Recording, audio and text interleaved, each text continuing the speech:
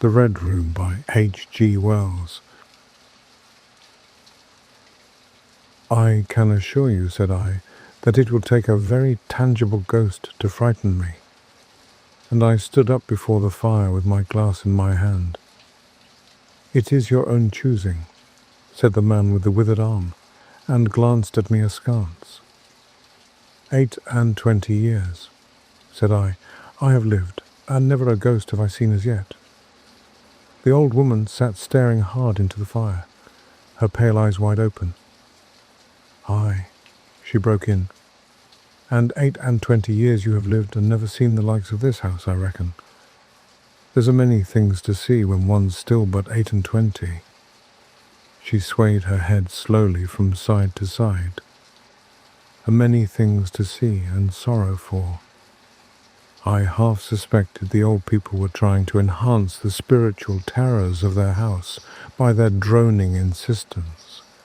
I put down my empty glass on the table and looked about the room and caught a glimpse of myself, abbreviated and broadened to an impossible sturdiness, in the queer old mirror at the end of the room. "Well," I said, "if I see anything tonight, I shall be so much the wiser, for I come to the business with an open mind." "It's your own choosing," said the man with the withered arm once more. I said, "It's your own choosing," said the man with the withered hand when the coughing had ceased for a while. "It's my own choosing," I answered. The man with the shade became aware of my presence for the first time and threw his head back for a moment and sidewise to see me. I caught a momentary glimpse of his eyes, small and bright and inflamed. Then he began to cough and splutter again. "Why don't you drink?" said the man with the withered arm, pushing the beer toward him. The man with the shade poured out a glassful with a shaking hand that splashed half as much again on the deal table. A monstrous shadow of him crouched upon the wall and mocked his action as he poured and drank. I must confess I had scarcely expected these grotesque custodians. There is, to my mind, something inhuman in senility, something crouching and atavistic. The human qualities seem to drop from old people insensibly day by day. The three of them made me feel uncomfortable with their gaunt silences, their bent carriage, their evident unfriendliness to me and to one another. And that night, perhaps, I was in the mood for uncomfortable impressions. I resolved to get away from their vague foreshadowings of the evil things upstairs. "If," said I, "you will show me to this haunted room of yours, I will make myself comfortable there." The old man with the cough jetted his head back so suddenly that it startled me, and shot another glance of his red eyes at me from out of the darkness under the shade, but no one answered me. I waited a minute, glancing from one to the other. The old woman stared like a dead body, glaring into the fire with lackluster eyes. "If," I said a little louder, "if you will show me to this haunted room of yours, I will relieve you from the task of entertaining me." "There's a candle on the slab outside the door," said the man with the withered hand, looking at my feet as he addressed me. "But if you go to the Red Room tonight, this night of all nights," said the old woman softly, "you go alone." "Very well," I answered shortly. "And which way do I go?" "You go along the passage for a bit," said he, nodding his head on his shoulder at the door, "until you come to a spiral staircase, and on the second landing is a door covered with green baize. Go through that, and down the long corridor to the end, and the Red Room is on your left up the steps." "Have I got that right?" I said, and repeated his directions. He corrected me in one particular. "And you are really going?" said the man with the shade, looking at me again for the third time with that queer, unnatural tilting of the face. "This night of all nights," whispered the old woman. "It is what I came for," I said, and moved toward the door. As I did so, the old man with the shade rose and staggered round the table so as to be closer to the others and to the fire. At the door, I turned and looked at them and saw they were all close together, dark against the firelight, staring at me over their shoulders, with an intent expression on their ancient faces. "Good night," I said, setting the door open. "It's your own choosing," said the man with the withered arm. I left the door wide open until the candle was well alight, and then I shut them in and walked down the chilly, echoing passage. I must confess that the oddness of these three old pensioners, in whose charge her ladyship had left the castle, and the deep-toned, old-fashioned furniture of the housekeeper's room, in which they foregathered, had affected me curiously in spite of my effort to keep myself at a matter-of-fact phase. They seemed to belong to another age, an older age, an age when things spiritual were indeed to be feared, when common sense was uncommon, an age when omens and witches were credible and ghosts beyond denying. Their very existence, thought I, is spectral. The cut of their clothing, fashions born in dead brains. The ornaments and conveniences in the room about them even are ghostly. The thoughts of vanished men which still haunt rather than participate in the world of today. And the passage I was in, long and shadowy, with a film of moisture glistening on the wall, was as gaunt and cold as a thing that is dead and rigid. But with an effort I sent such thoughts to the right about. The long, draughty subterranean passage was chilly and dusty, and my candle flared and made the shadows cower and quiver. The echoes rang up and down the spiral staircase, and a shadow came sweeping up after me, and another fled before me into the darkness overhead. I came to the wide landing and stopped there for a moment, listening to a rustling that I fancied I heard creeping behind me, and then, satisfied of the absolute silence, pushed open the unwilling baize-covered door and stood in the silent corridor. The door of the Red Room and the steps up to it were in a shadowy corner. I moved my candle from side to side in order to see clearly the nature of the recess in which I stood, before opening the door. Here it was, thought I, that my predecessor was found, and the memory of that story gave me a sudden twinge of apprehension. I glanced over my shoulder at the black Ganymede in the moonlight, and opened the door of the Red Room rather hastily, with my face half turned to the pallid silence of the corridor. I entered, closed the door behind me at once, turned the key I found in the lock within, and stood with the candle held aloft, surveying the scene of my vigil, the great Red Room of Lorraine Castle, in which the young Duke had died, or rather, in which he had begun his dying, for he had opened the door and fallen headlong down the steps I had just ascended. That had been the end of his vigil, of his gallant attempt to conquer the ghostly tradition of the place, and never, I thought, had apoplexy better served the ends of superstition. There were other and older stories that clung to the room, back to the half-incredible beginning of it all, the tale of a timid wife, and the tragic end that came to her husband's jest, of frightening her, and looking round that huge shadowy room with its black window bays, its recesses and alcoves, its dusty brown-red hangings, and dark, gigantic furniture. One could well understand the legends that had sprouted in its black corners, its germinating darknesses. My candle was a little tongue of light in the vastness of the chamber. Its rays failed to pierce to the opposite end of the room, and left an ocean of dull red mystery and suggestion. Sentinel shadows and watching darknesses beyond its island of light, and the stillness of desolation brooded over it all.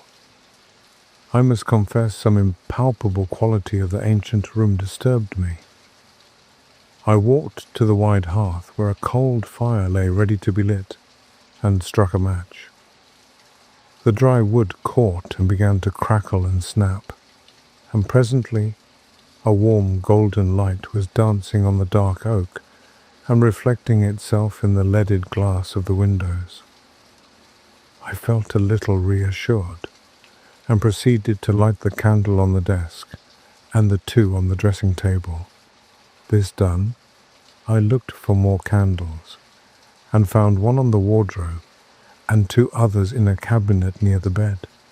I set these also alight, and placed them on the table by the bedside, so that the whole room was now brightly illuminated. The shadows that had cowered in the corners retreated, and the heavy red draperies around the four-poster bed seemed less ominous in the cheerful glow. I sat down in the high-backed armchair by the fire, determined to read the book I had brought with me, and to keep my thoughts from wandering to the grim legends of Lorraine Castle. By this time, I was in a state of considerable nervous tension, although to my reason there was no adequate cause for my condition. My mind, however, was perfectly clear. I postulated quite unreservedly that nothing supernatural could happen, and to pass the time I began stringing some rhymes together, Ingoldsby fashion, concerning the original legend of the place. A few I spoke aloud, but the echoes were not pleasant. For the same reason, I also abandoned, after a time, a conversation with myself upon the impossibility of ghosts and haunting. My mind reverted to the three old and distorted people downstairs, and I tried to keep it upon that topic. I sat staring into the fire, watching the embers burn from bright red to grey ash. The red-hot embers of the fire began to fall together with a faint metallic click, and the shadows in the room seemed to creep forward again, as if waiting for their opportunity. Suddenly, without warning, the candle on the corner of the wardrobe went out. It did not flicker or gutter, it simply ceased to burn, as if an invisible hand had snuffed it. I stood up a little startled, and walked over to relight it. As I did so, the candle in the alcove near the window was extinguished in the same silent manner. "What's up?"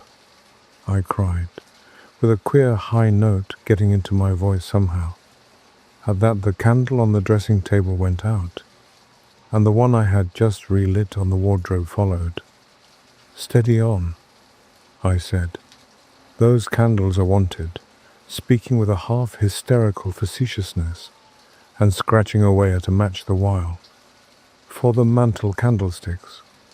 My hands trembled so much that twice I missed the rough paper of the matchbox.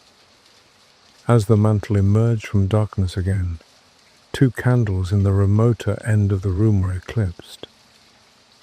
But with the same match I also relit the larger mirror candles, and those on the floor near the doorway, so that for the moment I seemed to gain on the extinctions. But then in a noiseless volley there vanished 4 lights at once in different corners of the room, and I struck another match in quivering haste, and stood hesitating whither to take it. The air was quite still, yet the lights went out one by one, with an eerie, quiet regularity. It was not a draught. There was no wind. It was as if some dark, cold influence was spreading through the chamber, absorbing the light. I ran from one candlestick to another, striking match after match, but the darkness was closing in faster than I could combat it. The cheerful golden light of the fire had died down to a dull red glow, casting monstrous, distorted shadows that danced on the ceiling like mocking phantoms. "This is absurd," I muttered, trying to keep my voice steady, but the cold sweat was standing on my forehead. I stood scratching at the box in the dark, my hands shaking so violently that the matches fell in a shower to the floor. The last candle on the mantelpiece went out, and then the red firelight was suddenly extinguished as a great heap of grey ash fell over the embers. I was left in absolute, impenetrable darkness. A cold, suffocating dread seized me. The room, which had seemed so spacious, now felt as if it were contracting, the walls pressing in on me from every side. I began to thrash about at perceived phantoms, my hands striking the empty air. "Who is there?" I screamed, but the only answer was the hollow echo of my own voice. I turned, intending to make my way to the door and escape from this terrifying chamber, but in my panic, I had lost all sense of direction. The darkness was like a physical weight pressing against my eyes. I stumbled forward, my foot catching in the heavy Persian rug, and fell heavily. I scrambled to my knees, my heart hammering against my ribs like a trapped bird. I tried to orient myself by the position of the window, but the heavy clouds had obscured the moon, and not a single ray of light pierced the gloom. I stood up and took a step forward, my hands outstretched. But I had forgotten the exact position of the door, and I struck myself heavily against the corner of the bed. I staggered back, turned, and was either struck or struck myself against some other bulky furnishing. I have a vague memory of battering myself thus to and fro in the darkness, of a heavy blow at last upon my forehead, of a horrible sensation of falling that lasted an age, of my last frantic effort to keep my footing. And then, I remember no more. I opened my eyes in daylight. My head was roughly bandaged, and the man with the withered hand was watching my face. I looked about me, trying to remember what had happened, and for a space I could not recollect. I rolled my eyes into the corner and saw the old woman, no longer abstracted, no longer terrible, pouring out some drops of medicine from a little blue phial into a glass. "Where am I?" I said. "I seem to remember you, and yet I cannot remember who you are." They explained to me slowly that they had found me at dawn, lying unconscious on the floor of the red room, my forehead bleeding from a deep cut where I had struck the corner of the table. They had carried me down to the housekeeper's room and tended my wounds with a gentle care that contrasted strangely with their cold unfriendliness of the previous evening. As my mind cleared, and the memory of the night's terrors rushed back upon me, I looked at them with a new respect. They had lived in this house of shadows all their lives, yet they had never dared to enter that room. "Yes," said I, "the room is haunted, and you have seen it, and we who have been here all our lives have never set eyes upon it, because we have never dared. Tell us, is it truly the old Earl who—" "No," said I, "it is not."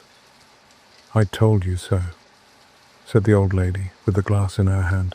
"It is his poor young countess who was frightened." "It is not," I said. "There is neither ghost of Earl nor ghost of countess in that room. There is no ghost there at all, but worse, far worse, something impalpable." "Well?" they said. "The worst of all the things that haunt poor mortal men," said I, and that is, in all its nakedness, fear. Fear that will not have light nor sound, that will not bear with reason, that deafens and darkens and overwhelms. It followed me through the corridor. It fought against me in the room. I stopped abruptly. There was an interval of silence. My hand went up to my bandages. The candles went out one after another, and I fled. Then the man with the shade lifted his face sideways to see me and spoke. "That is it," said he. I knew that was it, a power of darkness, to put such a curse upon a home. It lurks there always. You can feel it even in the daytime, even of a bright summer's day, in the hangings, in the curtains, keeping behind you however you face about. In the dusk it creeps in the corridor and follows you, so that you dare not turn. It is even as you say. Fear itself is in that room. Black fear. And there it will be, so long as this house of sin endures.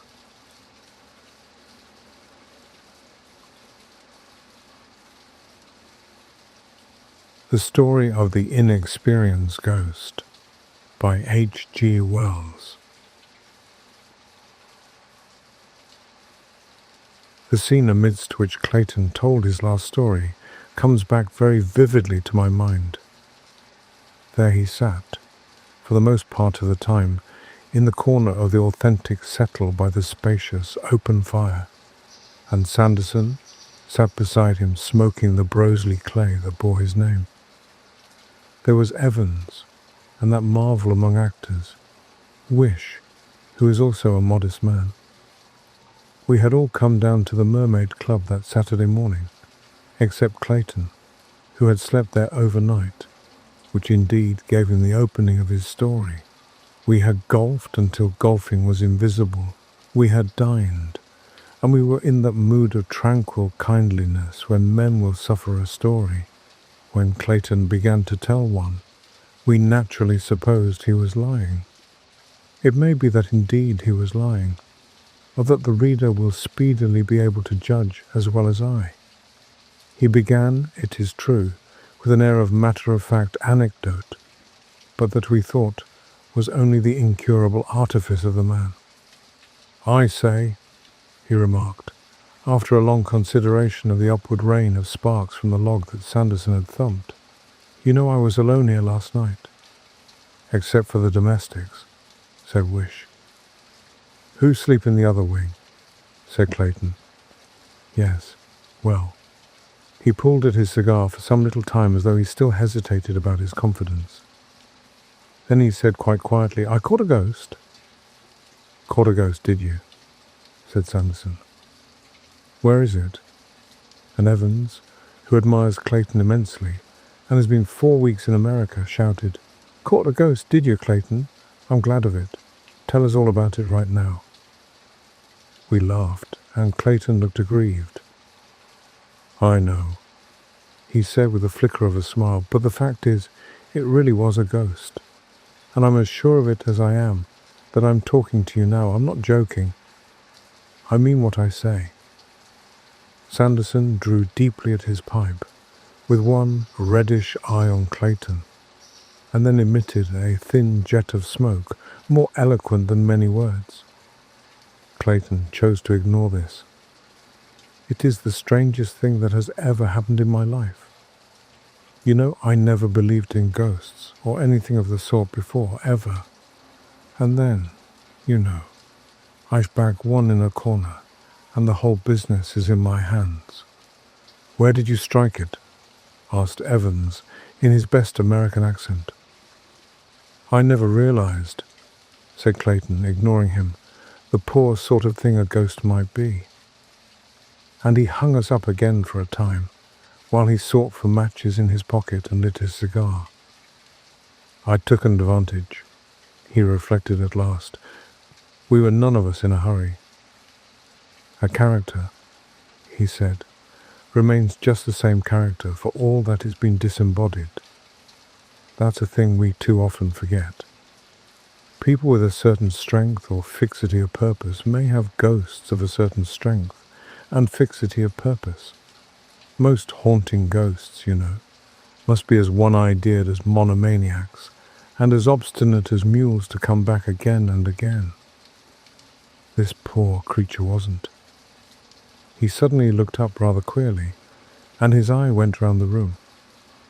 "I say it," he said, in all kindliness, "but that is the plain truth of the case. Even at the first glance he struck me as weak." "I had gone up to my room," Clayton continued, "about midnight, and I'd just turned on the electric light when I became aware of a cold draft. I went to the window to see if it was open, but it was shut tight. Then as I turned back, I saw a figure standing in the corner by the wardrobe. It was semi-transparent. You could see the pattern of the wallpaper right through its ribs. It was the ghost of a young man, very thin, with a weak, immature face, a scrubby little moustache, and a receding chin. He was wearing a rather shabby suit of clothes, and he looked thoroughly miserable and out of place. He turned on me sharply and drew himself up. He projected his face, raised his arms, and spread his hands in the approved ghost fashion, coming towards me with a slow, creeping motion. As he did so, his little jaw dropped, and he emitted a faint, drawn-out, "Boo!" No, it wasn't dreadful, not a bit. I'd dined well, had a bottle of champagne and several whiskies, so I was as solid as rocks, and no more frightened than if I'd been assailed by a frog. "Boo," I said. "Nonsense. You don't belong to this place. What are you doing here?" I could see him wince. "Boo-oo," he said. "Boo, be hanged. Are you a member?" I said, and just to show I didn't care a pin for him, I stepped through a corner of him and made to light my candle. "Are you a member?" I repeated, looking at him sideways. He moved a little so as to stand clear of me, and his bearing became crestfallen. "No," he said, in answer to the persistent interrogation of my eye. "I'm not a member. I'm a ghost." "Well, that doesn't give you the run of the Mermaid Club. Is there anyone you want to see, or anything of that sort?" And doing it as steadily as possible, for fear that he should mistake the carelessness of whiskey for the distraction of fear, I got my candle alight. I turned on him, holding it. "What are you doing here?" I said. He had dropped his hands and stopped his booing, and there he stood, abashed and awkward, the ghost of a weak, silly, aimless young man. "I'm haunting," he said. "You haven't any business to," I said in a quiet voice. "I'm a ghost." He said as if in defense, "That may be, but you haven't any business to haunt here. This is a respectable private club. People often stop here with nursemaids and children, and going about in the careless way you do. Some poor little mite might easily come upon you and be scared out of her wits. I suppose you didn't think of that." "No, sir," he said, "I didn't." "You should have done. You haven't any claim on the place, have you? Weren't murdered here, or anything of that sort?" "None, sir, but I thought as it was old and oak-panelled." "That's no excuse." I regarded him firmly. "Your coming here is a mistake," I said in a tone of friendly superiority. I feigned to see if I had my matches, and then looked up at him frankly. "If I were you, I wouldn't wait for cock crow. I'd vanish right away." He looked embarrassed. "The fact is, sir," he began. "I'd vanish," I said, driving it home. "The fact is, sir, that somehow I can't." "You can't?" "No, sir. There's something I've forgotten. I've been hanging about here since midnight last night, hiding in the cupboards of the empty bedrooms and things like that. I'm flurried.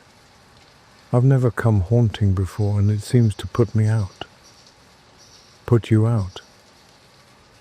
"Yes, sir. I've tried to do it several times, and it doesn't come off. There's some little thing has slipped me, and I can't get back. That, rather bowled me over." He looked at me in such an abject way that for the life of me I couldn't keep up quite the hectoring vein I had adopted. "That's queer," I said. "Come into my room and tell me more about it." And I tried to take him by the arm. But of course, you might as well have tried to take hold of a puff of smoke. I'd forgotten my number, I think. Anyhow, I remember going into several bedrooms. It was lucky I was the only soul in that wing, until I saw my traps. "Here we are," I said, and sat down in the armchair. "Sit down and tell me all about it. It seems to me you have got yourself into a jolly awkward position, old chap." "Well," he said he wouldn't sit down. He preferred to flit up and down the room if it was all the same to me. And so he did. And in a little while we were deep in a long and serious talk. And presently, something of those whiskies and sodas evaporated out of me, and I began to realize just a little what a thundering rum and weird business it was that I was in. There he was, semi-transparent, the proper conventional phantom, and noiseless except for his ghost of a voice, flitting to and fro in that nice, clean, chintz-hung old bedroom. You could see the gleam of the copper candlesticks through him, and the lights on the brass fender, and the corners of the framed engravings on the wall. And there he was telling me all about this wretched little life of his that had recently ended on Earth. He told me how he had been killed. He went down into a London basement with a candle to look for a leakage of gas, and described himself as a senior English master in a London private school when that release occurred. Poor wretch, I thought, and the more he talked, the more I thought it. There he was, purposeless in life and purposeless out of it. He talked of his father and mother and his schoolmaster, and all who had ever been anything to him in the world, meanly. He had been too sensitive, too nervous. None of them had ever valued him properly or understood him, he said. He had never had a real friend in the world, I think. He had never had a success. He had shirked games and failed examinations. "It's like that with some people," he said. "Whenever I get into the examination room, or anywhere, everything seems to go. Engaged to be married, of course, to another oversensitive person, I suppose, when the indiscretion with the gas escape ended his affairs." "And where are you now?" I asked. "Not in..." He wasn't clear on that point at all. The impression he gave me was of a sort of vague, intermediate state, a special reserve for souls too non-existent for anything so positive as either sin or virtue. I don't know. He was much too egotistical and unobservant to give me any clear idea of the kind of place, kind of country there is on the other side of things. Wherever he was, he seems to have fallen in with a set of kindred spirits, ghosts of weak Cockney young men who were on a footing of Christian names, and among these there was certainly a lot of talk about going haunting, and things like that. Yes, going haunting. They seemed to think haunting a tremendous adventure, and most of them funked it all the time. And so primed, he had come. What gave a sort of point to him, was the fact that he did seem within limits to have found himself out. The mess he had made of haunting had depressed him terribly. He had been told it would be a lark. He had come expecting it to be a lark, and here it was, Nothing but another failure added to his record. He proclaimed himself an out-and-out failure. He said, and I can quite believe it, that he had never tried to do anything all his life that he hadn't made a perfect mess of, and through all the wastes of eternity, he never would. If he had had sympathy, perhaps. He paused at that, and stood regarding me. I got up briskly. Don't you brood on these things too much, I said. The thing you've got to do is to get out of this. Get out of this sharp. You pull yourself together and try. I can't, he said. You try, I said, and try he did. Try, said Sanderson. How? Passes, said Clayton. Complicated series of gestures and passes with the hands. That's how he had come in, and that's how he had to get out again. Lord, what a business I had. But how could any series of passes? I began. My dear man, said Clayton, turning on me and putting a great emphasis on certain words. You want everything clear. I don't know how. All I know is that you do. That he did, anyhow, at least. After a fearful time, you know, he got his passes right and suddenly disappeared. Did you? Said Sanderson slowly. Observe the passes. Yes, said Clayton, and seemed to think. It was tremendously queer, he said. There we were, I and this thin, vague ghost, in that silent room, in this silent, empty inn, in this silent little Friday night town. Not a sound except our voices and a faint panting he made when he swung. There was the bedroom candle, and one candle on the dressing table alight. That was all. Sometimes one or other would flare up into a tall, lean, astonished flame for a space. And queer things happened. I can't, he said. I shall never. And suddenly he sat down on a little chair at the foot of the bed and began to sob and sob. Lord, what a harrowing, whimpering thing he seemed. You pull yourself together, I said, and tried to pat him on the back and, you know, my confounded hand went through him. I got the queerness of it full. I remember snatching back my hand out of him, as it were, with a little thrill, and walking over to the dressing table. You pull yourself together, I said to him, and try. And in order to encourage and help him, I began to try as well. What? Said Sanderson. The passes. Yes, the passes. But, I said, you mean to say this ghost of yours gave away? Did his level best to give away the whole confounded barrier? Yes. He didn't, said Wish. He couldn't. Or you'd have gone there too. That's precisely it, I said, finding my elusive idea put into words for me. That is precisely it, said Clayton, with thoughtful eyes upon the fire. For just a little while there was silence. And at last he did it? Said Sanderson. At last he did it. I had to keep him up to it hard, but he did it at last, rather suddenly. He despaired. We had a scene. And then he got up suddenly and asked me to go through the whole performance, slowly, so that he might see. I believe, he said, if I could see, I should spot what was wrong at once. And he did. I know, he said. What do you know? Said I. I know, he repeated. Then he said suddenly, I can't do it if you look at me. I really can't. It's been that partly all along. I'm such a nervous fellow that you put me out. Well, we had a bit of an argument. Naturally I wanted to see, but he was as obstinate as a mule. And suddenly I had come over as tired as a dog. He tired me out. All right, I said. I won't look at you, and turned towards the mirror on the wardrobe by the bed. He started off very fast. I tried to follow him by looking in the looking-glass to see just what it was had hung.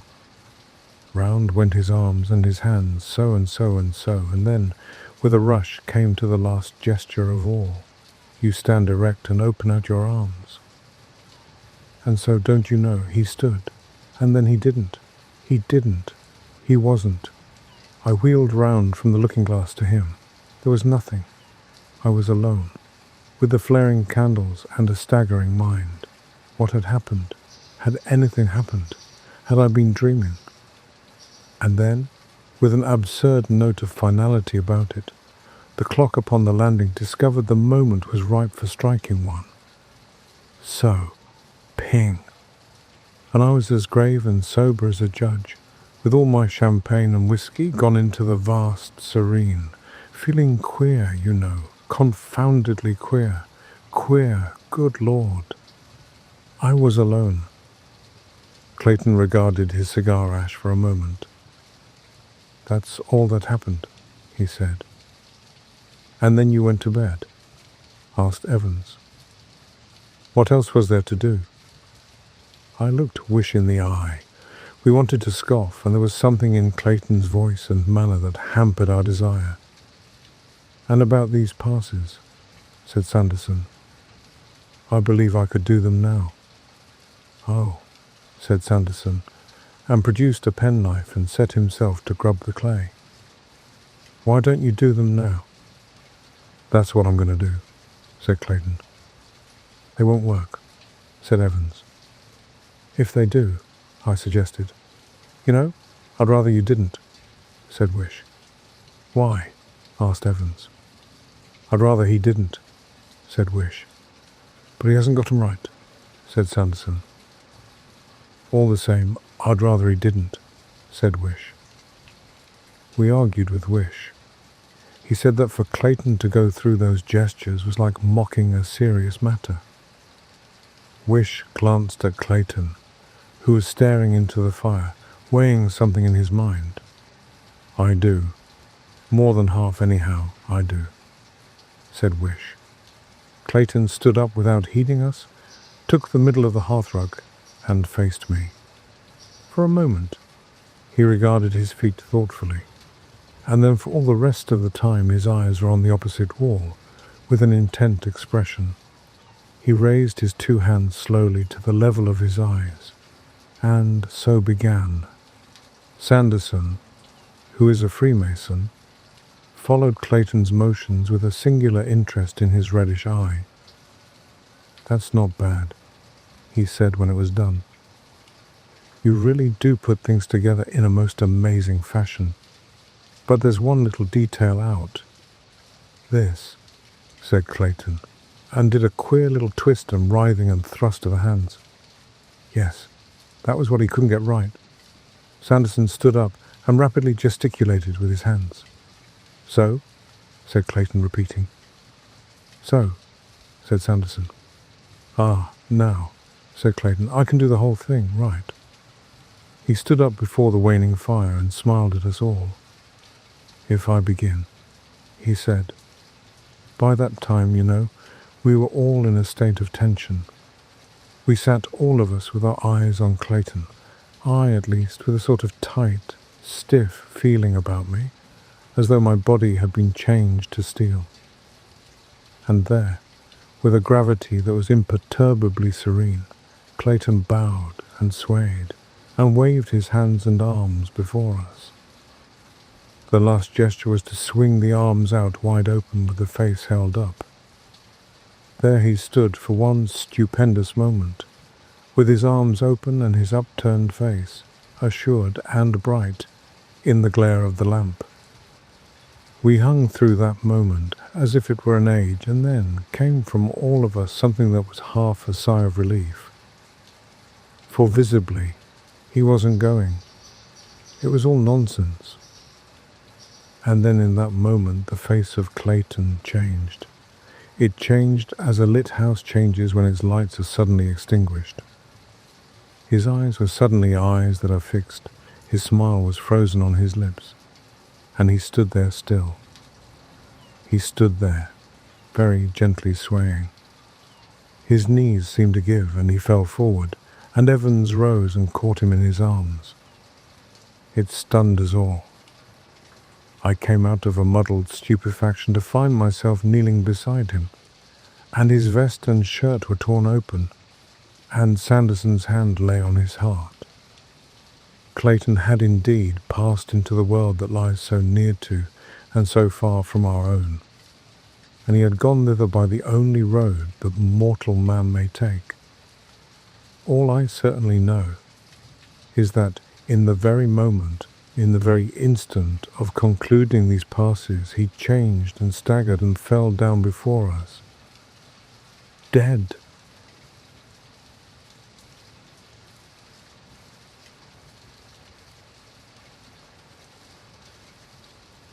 The Door in the Wall by H.G. Wells.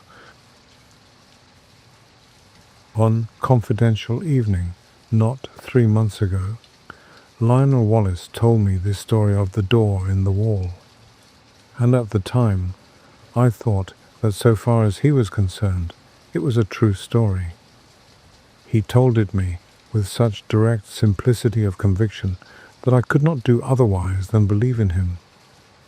But in the morning, in my own flat, I woke to a different atmosphere, and as I lay in bed and recalled the things he had told me, stripped of the glamour of his earnest, slow voice, denuded of the focused, shaded table light, the shadowy atmosphere that wrapped about him and me, and the pleasant, bright things, the dessert and glasses and napery of the dinner we had shared, making them for the time a bright little world quite cut off from everyday realities, I saw it all as frankly incredible.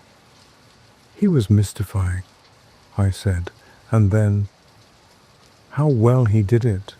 It isn't quite the thing I should have expected of him, of all people, to do well.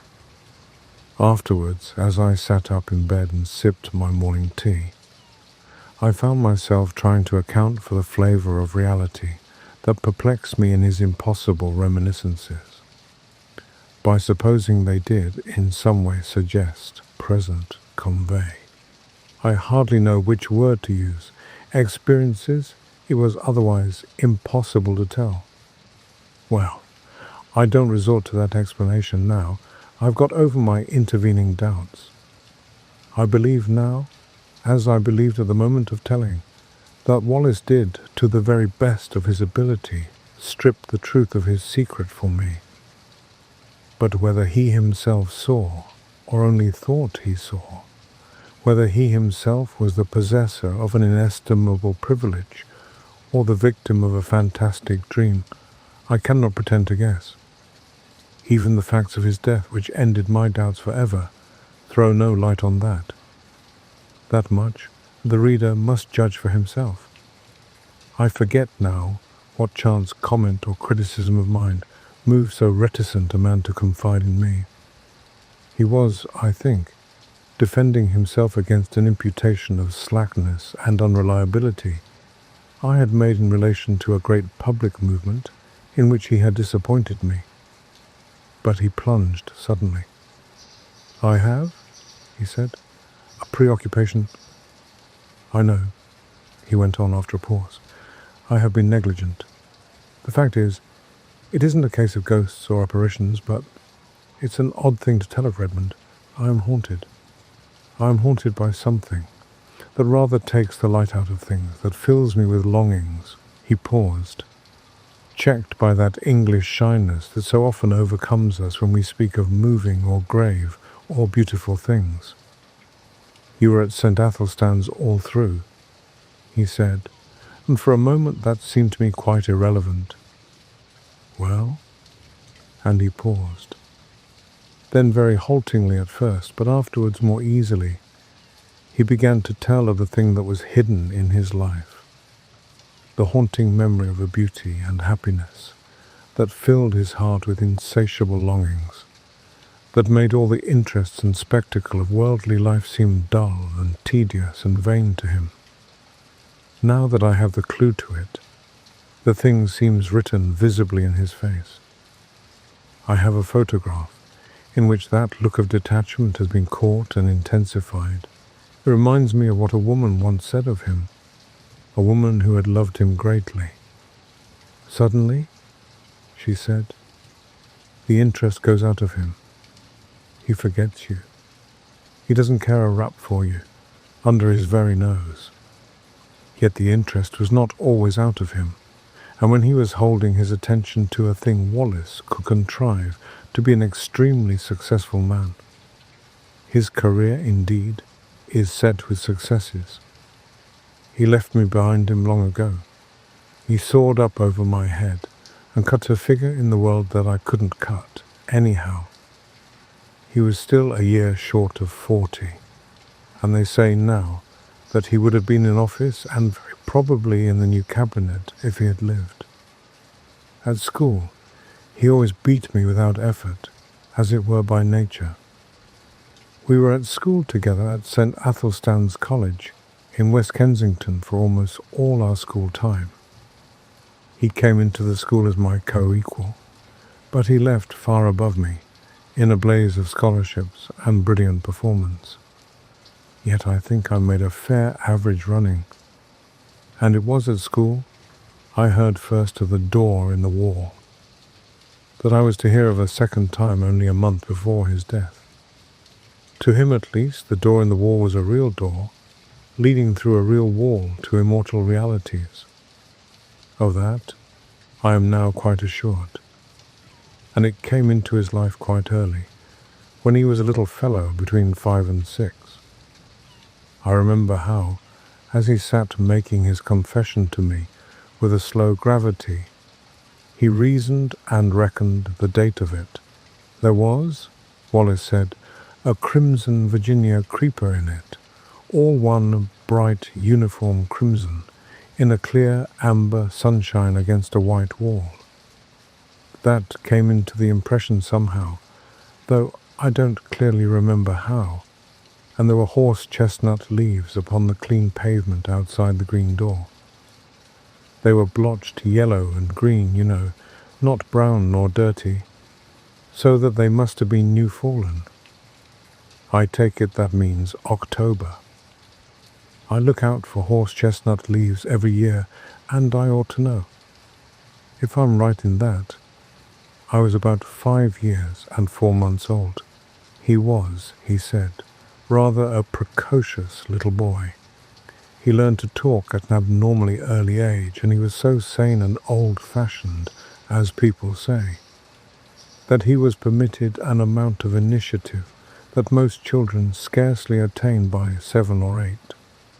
His mother died when he was 2, and he was under the less vigilant and authoritative care of a nursery governess.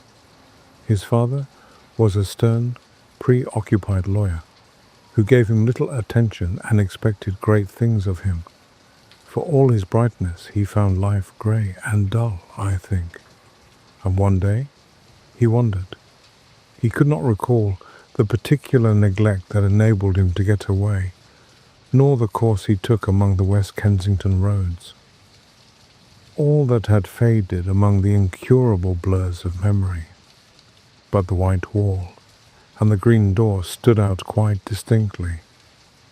As his memory of that childish experience ran, he did, at the very first sight of that door, experience a peculiar emotion, an attraction, a desire to get to the door and open it and walk in.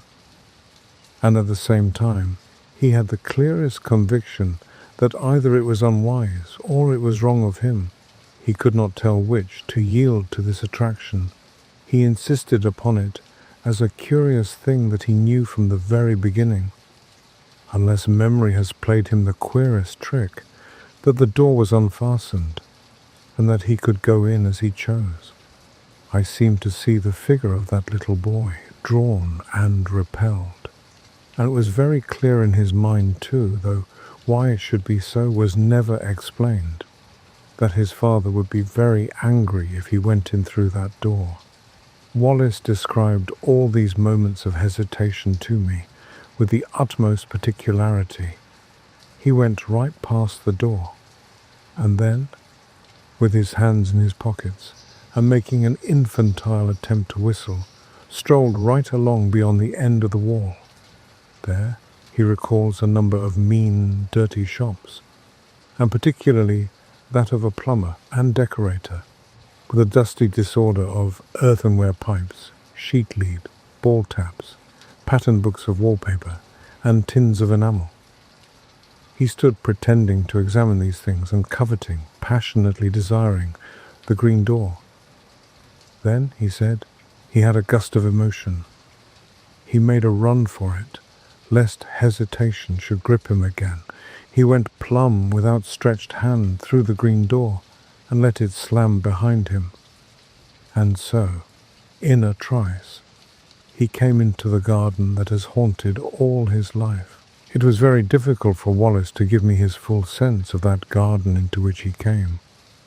There was something in the very air of it that exhilarated, that gave one a sense of lightness and good happening and well-being. There was something in the sight of it that made all its colour clean and perfect and subtly luminous. In the instant of coming into it, one was exquisitely glad, as only in rare moments. And when one is young and joyful, one can be glad in this world. And everything was beautiful there. Wallace mused before he went on telling me. You see, he said, with the doubtful inflection of a man who pauses at incredible things. There were 2 great panthers there. Yes, spotted panthers. And I was not afraid. There was a long wide path with marble-edged flower borders on either side, and these 2 huge velvety beasts were playing there with a ball. One looked up and came towards me, a little curious as it seemed. It came right up to me, rubbed its soft round ear very gently against the small hand I held out, and purred. It was, I tell you, an enchanted garden. I know. And the size? Oh, it stretched far and wide, this way and that. I believe there were hills far away. Heaven knows where West Kensington had suddenly got to. And somehow, it was just like coming home. You know, in the very moment the door swung to behind me, I forgot the road with its fallen chestnut leaves, its cabs and tradesmen's carts.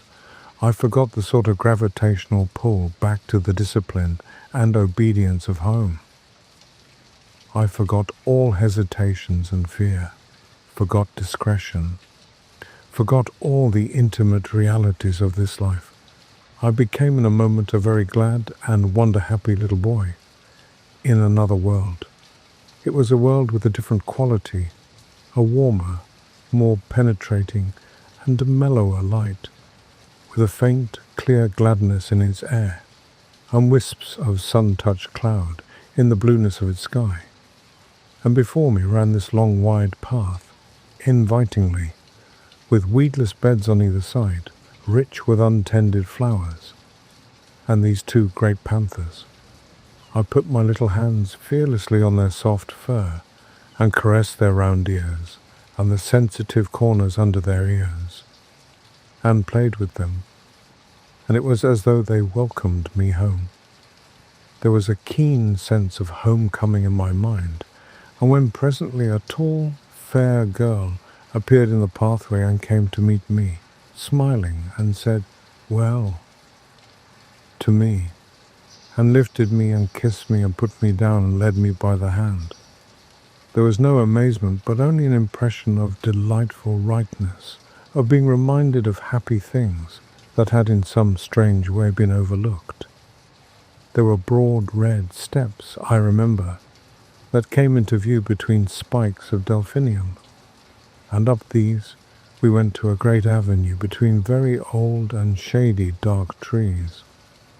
All down this avenue, you know, between the red chapped stems, were marble seats of honour and statuary, and very tame and friendly white doves. He paused. "Go on," I said. "I remember little things. We passed an old man musing among laurels, I remember, and a place gay with parakeets, and came through a broad shaded colonnade to a spacious, cool palace, full of pleasant fountains, full of beautiful things, full of the quality and promise of heart's desire. And there were many things and many people, some that still seem to stand out clearly, and some that are vaguer. But all these people were beautiful and kind. In some way, I don't know how, it was conveyed to me that they all were kind to me, glad to have me there and filling me with gladness by their gestures, by the touch of their hands, by the welcome and love in their eyes. Yes, he mused for a while. Playmates I found there. That was much to me, because I was a lonely little boy. They played delightful games in a grass-covered court where there was a sundial set about with flowers. And as one played, one loved. But it's odd. There's a gap in my memory.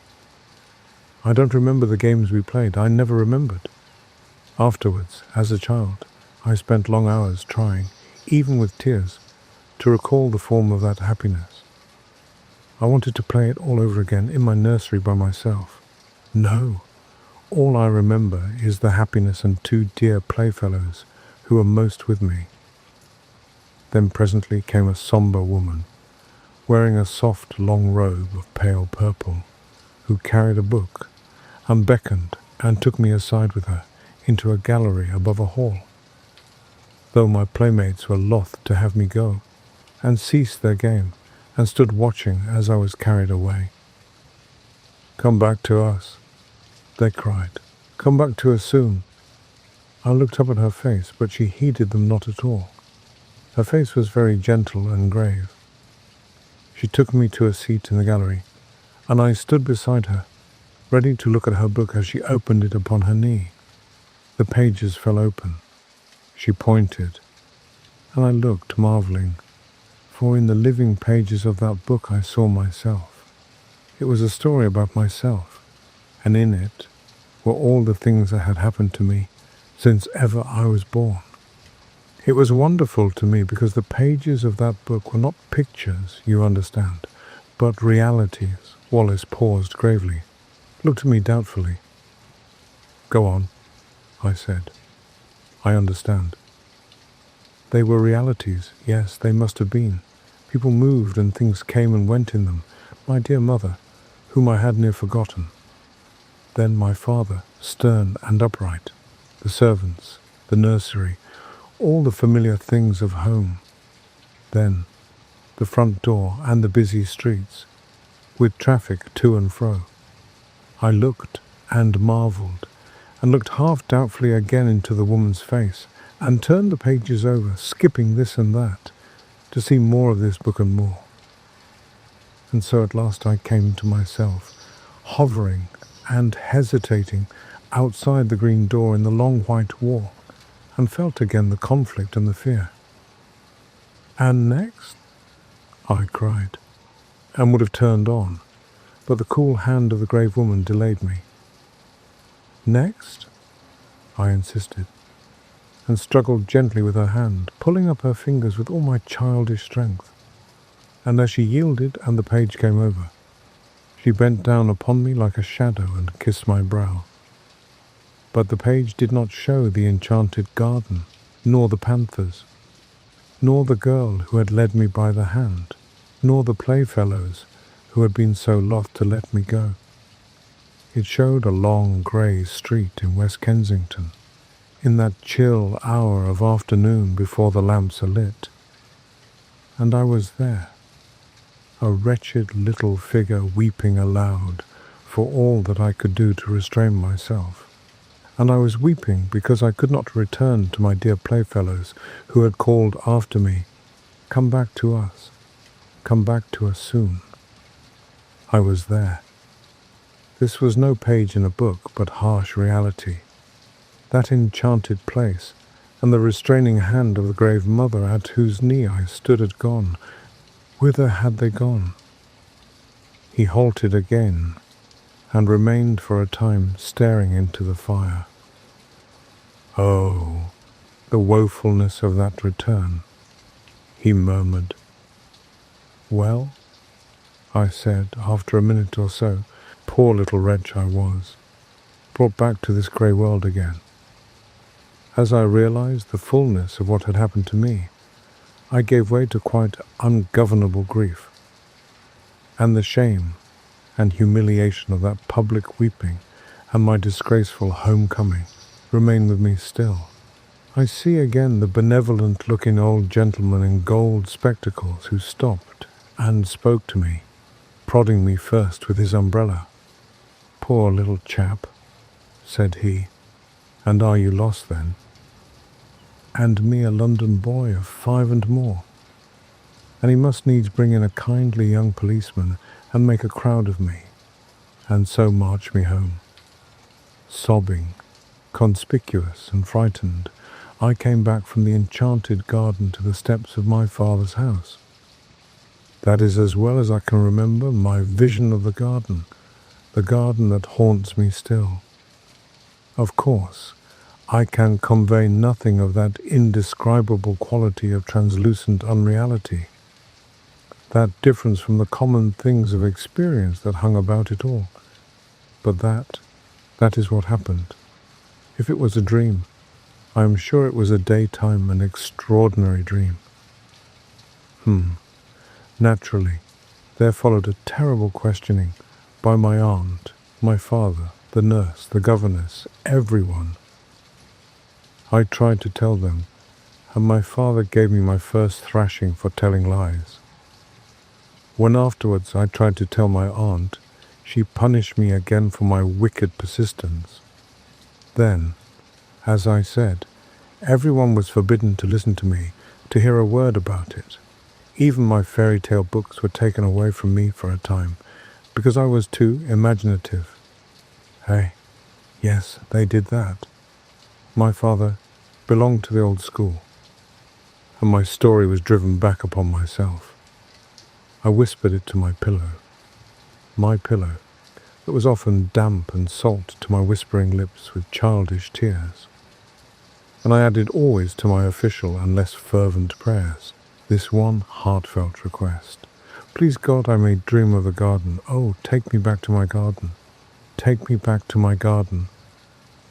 I dreamt often of the garden.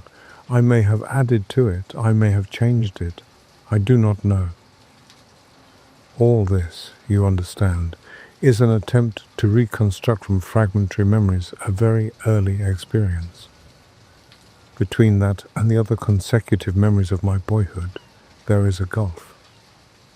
A time came when it seemed impossible I should ever speak of that wonder glimpse again. I asked an obvious question. "No," he said, "I don't remember that I ever attempted to find my way back to the garden in those early years. This seems odd to me now, but I think that very probably a closer watch was kept on my movements after this misadventure to prevent my going astray. No, it wasn't till you knew me that I tried for the garden again, and I believe there was a period, incredible as it seems now, when I forgot the garden altogether, when I was about 8 or 9 it may have been. Do you remember me as a kid at St. Athelstan's? Rather. I didn't show any signs, did I, in those days of having a secret dream? He looked up with a sudden smile. Did you ever play Northwest Passage with me? No, of course you didn't come my way. It was the sort of game, he went on, that every imaginative child plays all day. The idea was the discovery of a Northwest Passage to school. The way to school was plain enough. The game consisted in finding somewhere that wasn't plain, starting off 10 minutes early in some almost hopeless direction, and working one's way round through unaccustomed streets to my goal. And one day, I got entangled among some rather low-class streets on the other side of Camden Hill, and I began to think that for once the game would be against me, and that I should get to school late. I tried rather desperately a street that seemed a cul-de-sac, and found a passage at the end. I hurried through that with renewed hope. I shall do it yet, I said, and passed a row of frowsy little shops that were inexplicably familiar to me, and behold, there was my long white wall and the green door that led to the enchanted garden. The thing whacked upon me suddenly. Then after all, that garden, that wonderful garden, wasn't a dream. He paused. I suppose my second experience with the green door marks the world of difference there is between the busy life of a schoolboy and the infinite leisure of a child. Anyhow, this second time, I didn't for a moment think of going in straight away. You see, for one thing, my mind was full of the idea of getting to school in time, set on not breaking my record for punctuality. I must surely have felt some little desire at least to try the door. Yes, I must have felt that. But I seem to remember the attraction of the door mainly as another obstacle to my overmastering determination to get to school. I was immediately interested by this discovery I had made, of course. I went on with my mind full of it, but I went on. It didn't check me. I ran past, tugging out my watch, found I had 10 minutes still to spare, and then I was going downhill into familiar surroundings. I got to school, breathless, it is true, and wet with perspiration, but in time. I can remember hanging up my coat and hat, went right by it and left it behind me. Odd, eh? He looked at me thoughtfully. Of course, I didn't know then that it wouldn't always be there. Schoolboys have limited imaginations. I suppose I thought it was an awfully jolly thing to have it there, to know my way back to it. But there was the school tugging at me. I expect I was a good deal distraught and inattentive that morning, recalling what I could of the beautiful, strange people I should presently see again. Oddly enough, I had no doubt in my mind that they would be glad to see me. Yes, I must have thought of the garden that morning, just as a jolly sort of place to which one might resort in the interludes of a strenuous scholastic career. Years of hard work after that, and never a sight of the door. It's only recently it has come back to me. With it, there has come a sense as though some thin tarnish had spread itself over my world. I began to think of it as a sorrowful and bitter thing that I should never see that door again. Perhaps I was suffering a little from overwork. Perhaps it was what I've heard spoken of as the feeling of 40. I don't know. But certainly the keen brightness that makes effort easy has gone out of things recently, and that just at a time with all these new political developments, when I ought to be working. Odd, isn't it? But I do begin to find life toilsome, its rewards as I come near them cheap. I began a little while ago to want the garden quite badly. Yes, and I've seen it 3 times. The garden? No, the door, and I haven't gone in. He leaned over the table to me, with an enormous sorrow in his voice as he spoke. Thrice I have had my chance, thrice. If ever that door offers itself to me again, I swore, I will go in out of this dust and heat, out of this dry glitter of vanity, out of these toilsome futilities. I will go and never return. This time I will stay. I swore it, and when the time came, I didn't go. 3 times in 1 year have I passed that door and failed to enter. 3 times in the last year. The first time was on the night of the snatch division on the Tenants' Redemption Bill, on which the government was saved by a majority of 3. You remember? No one on our side, perhaps very few on the opposite side, expected the end that night. Then the debate collapsed like eggshells. I and Hotchkiss were dining with his cousin at Brentford. We were both unpaired, and we were called up by telephone and set off at once in his cousin's motor. We got in barely in time, and on the way we passed my wall and door, livid in the moonlight, blotched with hot yellow as the glare of our lamps lit it, but unmistakable. "My God!" cried I. "What?" said Hotchkiss. "Nothing," I answered, and the moment passed. "I've made a great sacrifice," I told the whip as I got in. "They all have," he said and hurried by. I do not see how I could have done otherwise then. And the next occasion was as I rushed to my father's bedside to bid that stern old man farewell. Then, too, the claims of life were imperative. But the third time was different. It happened a week ago. It fills me with hot remorse to recall it. I was with Gurkha and Ralph's. It's no secret now, you know, that I've had my talk with Gurkha. We had been dining at Frobisher's, and the talk had become intimate between us. The question of my place in the reconstructed ministry lay always just over the boundary of the discussion. Yes, that's all settled. It needn't be talked about yet, but there's no reason to keep a secret from you. Yes, thanks. But let me tell you my story. Then, on that night, things were very much in the air. My position was a very delicate one. I was keenly anxious to get some definite word from Gurkha, but was hampered by Ralph's presence.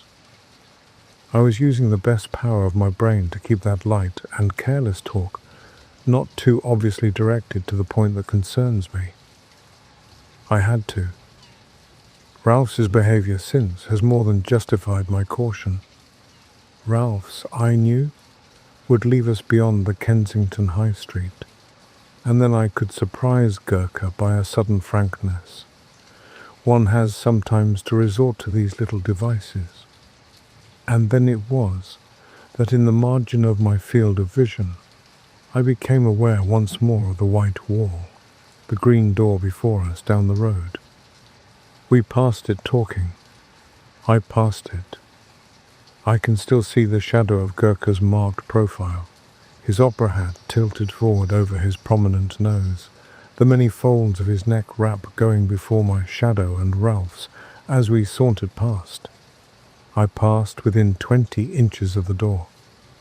If I say good night to them and go in, I asked myself, what will happen?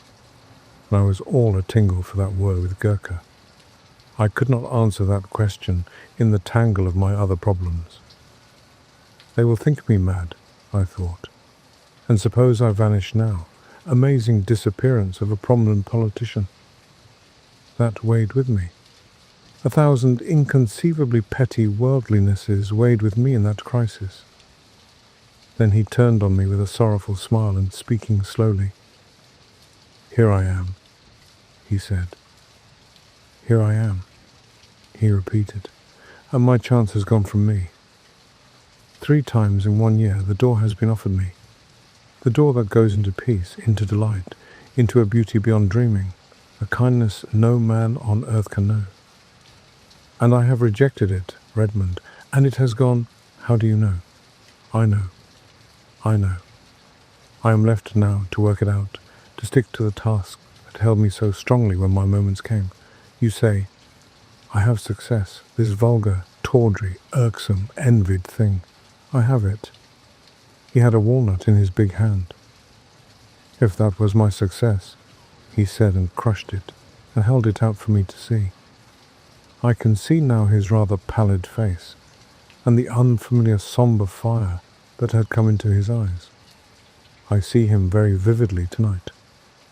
I sit recalling his words, his tones, and last evening's Westminster Gazette still lies on my sofa, containing the notice of his death. At lunch today, the club was busy with him and the strange riddle of his fate. They found his body very early yesterday morning in a deep excavation near East Kensington Station. It is one of 2 shafts that have been made in connection with an extension of the railway southward. It is protected from the intrusion of the public by a hoarding upon the high road, in which a small doorway has been cut for the convenience of some of the workmen who live in that direction. The doorway was left unfastened through a misunderstanding between two gangers, and through it he made his way. My mind is darkened with questions and riddles. It would seem he walked all the way from the house that night. He has frequently walked home during the past session, and so it is. I figure his dark form coming along the late and empty streets, wrapped up, intent. And then, did the pale electric lights near the station cheat the rough planking into a semblance of white? Did that fatal unfastened door awaken some memory? Was there, after all, ever any green door in the wall at all? I do not know. I have told his story as he told it to me. There are times when I believe that Wallace was no more than the victim of the coincidence between a rare but not unprecedented type of hallucination and a careless trap. But that indeed is not my profoundest belief. You may think me superstitious if you will, and foolish, but indeed I am more than half convinced that he had in truth an abnormal gift, and a sense something, I know not what, that in the guise of wall and door offered him an outlet, a secret and peculiar passage of escape into another and altogether more beautiful world. At any rate, you will say, it betrayed him in the end. But did it betray him? There you touch the inmost mystery of these dreamers, these men of vision and the imagination. We see our world fair and common, the hoarding and the pit. By our daylight standard he walked out of security into darkness, danger and death. But did he see like that?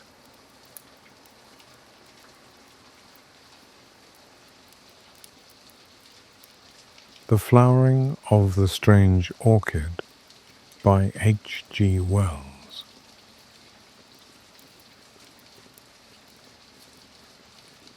The buying of orchids always has in it a certain speculative flavour. You have before you the brown, shriveled lump of tissue, and for the rest, you must trust your judgment, or the auctioneer, or your good luck, as your taste may incline. The plant may be moribund or dead, or it may be just a respectable purchase, fair value for your money.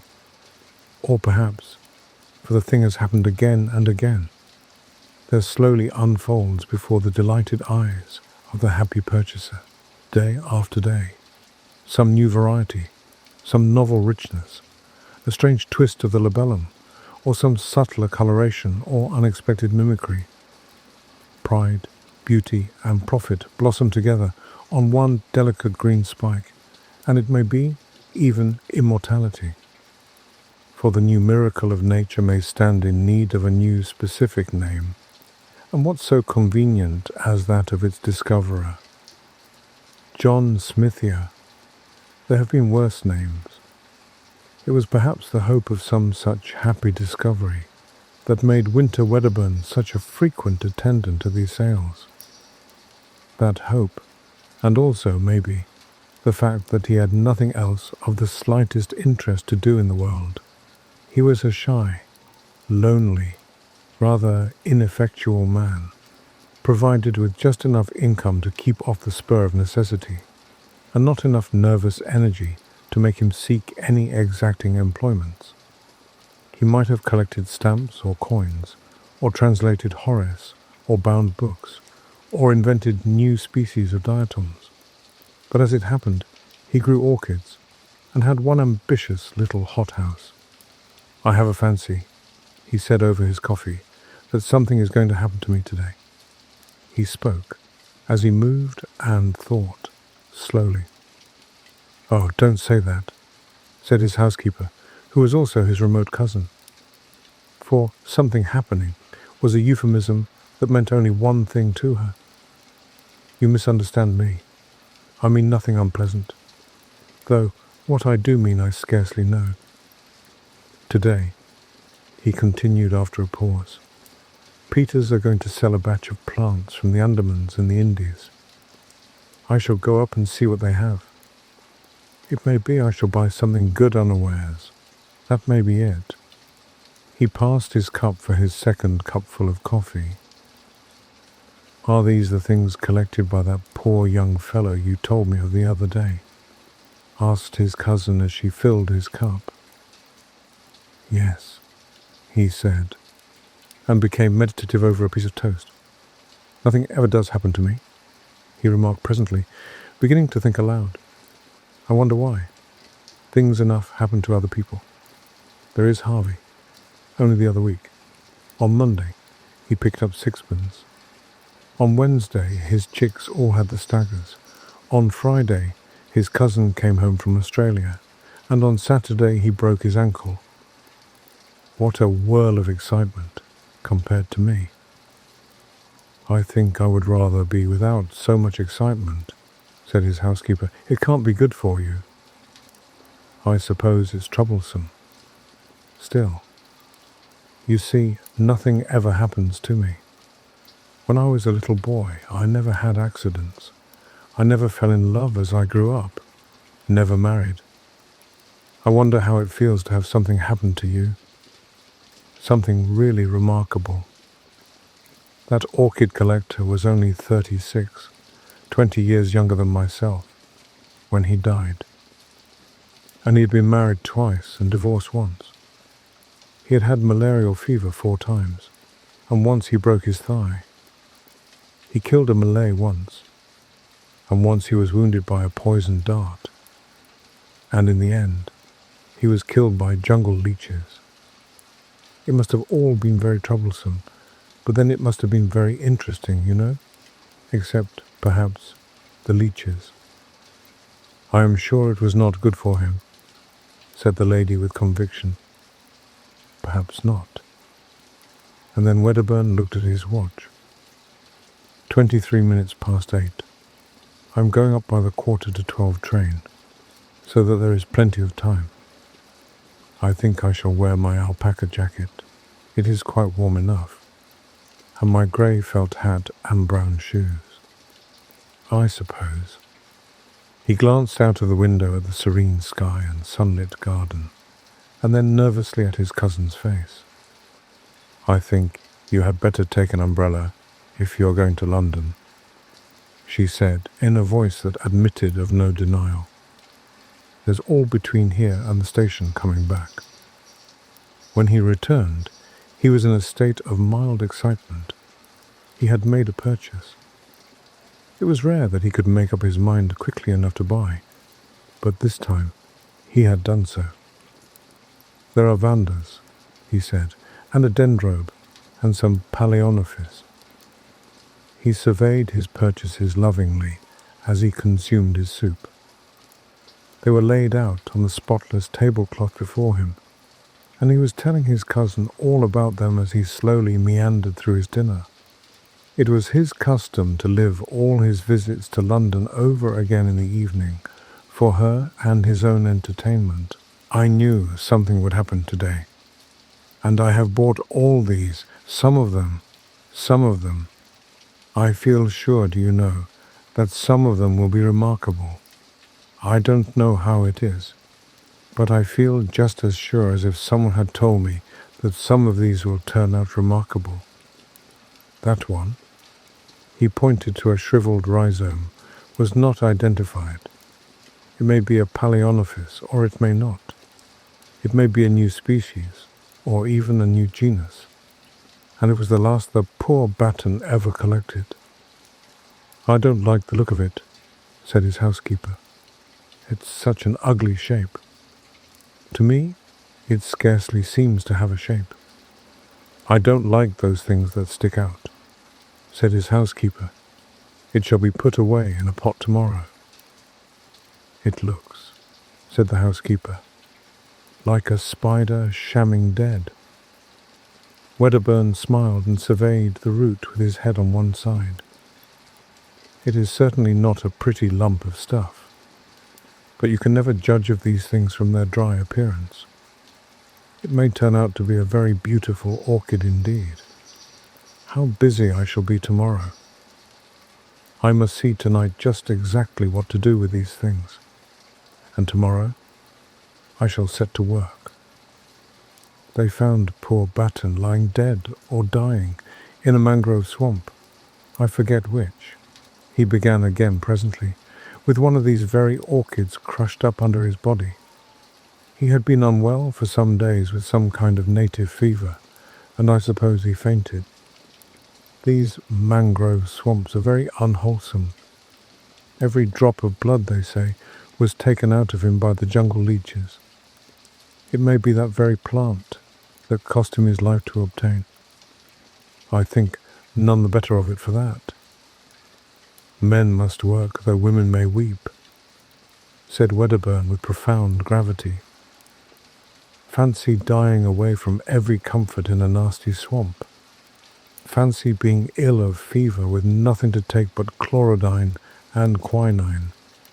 If men were left to themselves, they would live on chlorodyne and quinine. And no one round you but horrible natives.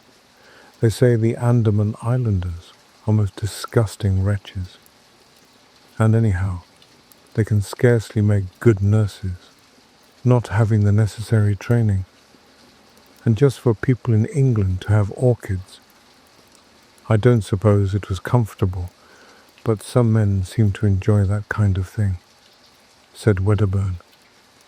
Anyhow, the natives of his party were sufficiently civilized to take care of all his collection until his colleague, who was an ornithologist, came back again from the interior, though they could not tell the species of the orchid and had let it wither, and it makes these things more interesting. It makes them disgusting. I should be afraid of some of the malaria clinging to them, and just think, there has been a dead body lying across that ugly thing. I never thought of that before there. I declare I cannot eat another mouthful of dinner. I will take them off the table if you like, and put them in the window seat. I can see them just as well there. The next few days, he was indeed singularly busy in his steamy little hothouse, glassing about with charcoal, lumps of teak, moss, and all the other mysteries of the orchid cultivator. He considered he was having a wonderfully eventful time. In the evening he would talk about these new orchids to his friends, and over again he reverted to his expectation of something strange. Several of the vandas and the dendrobium died under his care, but presently the strange orchid began to show signs of life. He was delighted, and took his housekeeper right away from jam making to see it at once, directly he made the discovery. "That is a bud," he said, "and presently there will be a lot of leaves there, and those little things coming out here are aerial rootlets. They look to me like little white fingers poking out of the brown," said his housekeeper. "I don't like them." "Why not?" "I don't know. They look like fingers trying to get at you.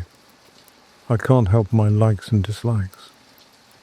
I don't know for certain, but I don't think there are any orchids I know that have aerial rootlets quite like that. It may be my fancy, of course. You see, they are a little flattened at the ends." "I don't like 'em," said his housekeeper, suddenly shivering and turning away. "I know it's very silly of me, and I'm very sorry, particularly as you like the thing so much. But I can't help thinking of that corpse. But it may not be that particular plant. That was merely a guess of mine." His housekeeper shrugged her shoulders. "Anyhow, I don't like it," she said. Wedderburn felt a little hurt at her dislike to the plant, but that did not prevent his talking to her about orchids generally, and this orchid in particular, whenever he felt inclined. "There are such queer things about orchids," he said one day. Such possibilities of surprises. You know, Darwin studied their fertilization and showed that the whole structure of an ordinary orchid flower was contrived in order that moths might carry the pollen from plant to plant. Well, it seems that there are lots of orchids known the flower of which cannot possibly be used for fertilization in that way. Some of the cypripediums, for instance, there are no insects known that can possibly fertilize them, and some of them have never been found with seed.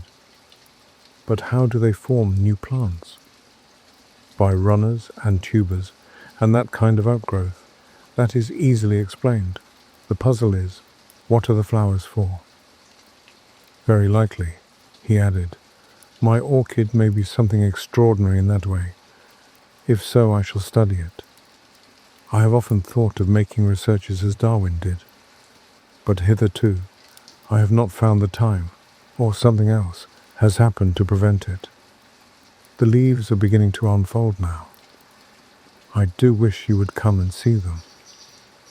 But she said that the orchid house was so hot, it gave her the headache. She had seen the plant once again, and the aerial rootlets, which were now some of them more than a foot long, had unfortunately reminded her of tentacles reaching out after something. And they got into her dreams, growing after her with incredible rapidity, so that she had settled to her entire satisfaction that she would not see that plant again, and Wedderburn had to admire its leaves alone. They were of the ordinary broad form, and a deep glossy green with splashes and dots of deep red towards the base. He knew of no other leaves quite like them. The plant was placed on a low bench near the thermometer, and close by was a simple arrangement by which a tap dripped on the hot water pipes and kept the air steamy. And he spent his afternoons now, with some regularity, meditating on the approaching flowering of this strange plant. And at last, the great thing happened. Directly he entered a little glass house, he knew that the spike had burst out, although his great Palaeonophis loei hid the corner where his new darling stood. There was a new odour in the air, a rich, intensely sweet scent, that overpowered every other in that crowded, steaming little greenhouse. Directly he noticed this, he hurried down to the strange orchid, and, behold, the trailing green spikes bore now 3 great splashes of blossom, from which this overpowering sweetness proceeded. He stopped before them in an ecstasy of admiration. The flowers were white with streaks of golden orange upon the petals. The heavy labellum was coiled into an intricate projection, and a wonderful bluish purple mingled there with the gold. He could see at once that the genus was altogether a new one, and the insufferable scent. How hot the place was! The blossoms swam before his eyes. He would see if the temperature was right. He made a step towards the thermometer. Suddenly everything appeared unsteady. The bricks on the floor were dancing up and down. Then the white blossoms, the green leaves behind them, the whole greenhouse seemed to sweep sideways, and then in a curve upward. At 4:30, his cousin made the tea according to their invariable custom, but Wedderburn did not come in for his tea. He is worshipping that horrid orchid, she told herself, and waited 10 minutes. His watch must have stopped. I will go and call him. She went straight to the hothouse and, opening the door, called his name. There was no reply. She noticed that the air was very close and loaded with an intense perfume. Then she saw something lying on the bricks between the hot water pipes. For a minute, perhaps, she stood motionless. He was lying, face upward, at the foot of the strange orchid. The tentacle-like aerial rootlets no longer swayed freely in the air, but were crowded together, a tangle of grey ropes, and stretched tight with their ends closely applied to his chin and neck and hands. She did not understand. Then she saw from under one of the exultant tentacles upon his cheek there trickled a little thread of blood.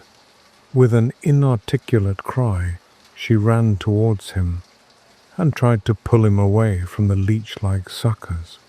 She snapped 2 of these tentacles, and their sap dripped red. Then the overpowering scent of the blossom began to make her head reel. How they clung to him! She tore at the tough ropes, and he in the white inflorescence swam about her. She felt she was fainting, knew she must not.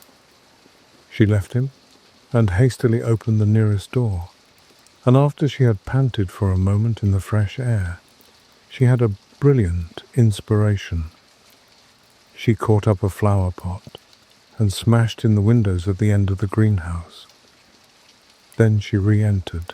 She tugged now with renewed strength at Wedderburn's motionless body, and brought the strange orchid crashing to the floor. It still clung with the grimmest tenacity to its victim. In a frenzy, she lugged it and him into the open air. Then she thought of tearing through the sucker rootlets one by one, and in another minute she had released him and was dragging him away from the horror. He was white and bleeding from a dozen circular patches. The odd job man was coming up the garden, amazed at the smashing of glass, and saw her emerge, hauling the inanimate body with red-stained hands. For a moment he thought impossible things. "Bring some water," she cried, and her voice dispelled his fancies. When, with unnatural alacrity, he returned with the water, he found her weeping with excitement, and with Wedderburn's head upon her knee, wiping the blood from his face. "What's the matter?" said Wedderburn, opening his eyes feebly and closing them again at once.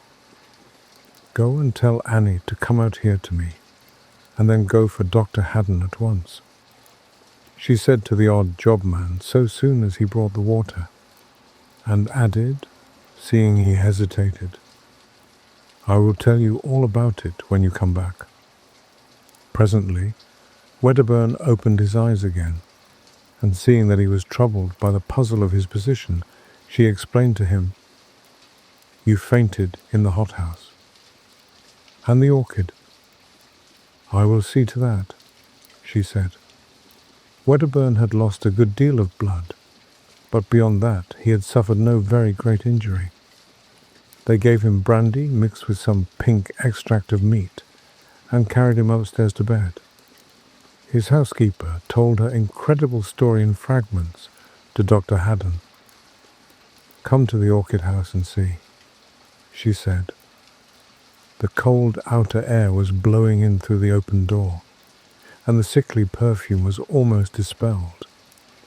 Most of the torn aerial rootlets lay already withered amidst a number of dark stains upon the bricks. The stem of the inflorescence was broken by the fall of the plant, and the flowers were growing limp and brown at the edges of the petals. The doctor stooped towards it, then saw that one of the aerial rootlets still stirred feebly and hesitated. The next morning, the strange orchid still lay there, black now and putrescent. The door banged intermittently in the morning breeze, and all the array of Wedderburn's orchids was shriveled and prostrate. But Wedderburn himself was bright and garrulous upstairs in the glory of his strange adventure.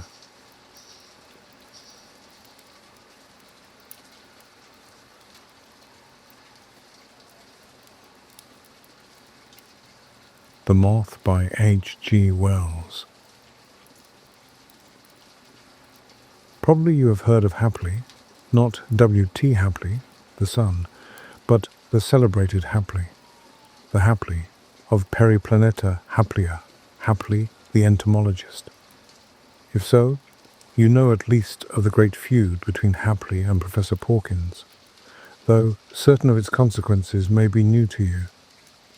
For those who have not, a word or two of explanation is necessary, which the idle reader may go over with a glancing eye, if his indolence so incline him.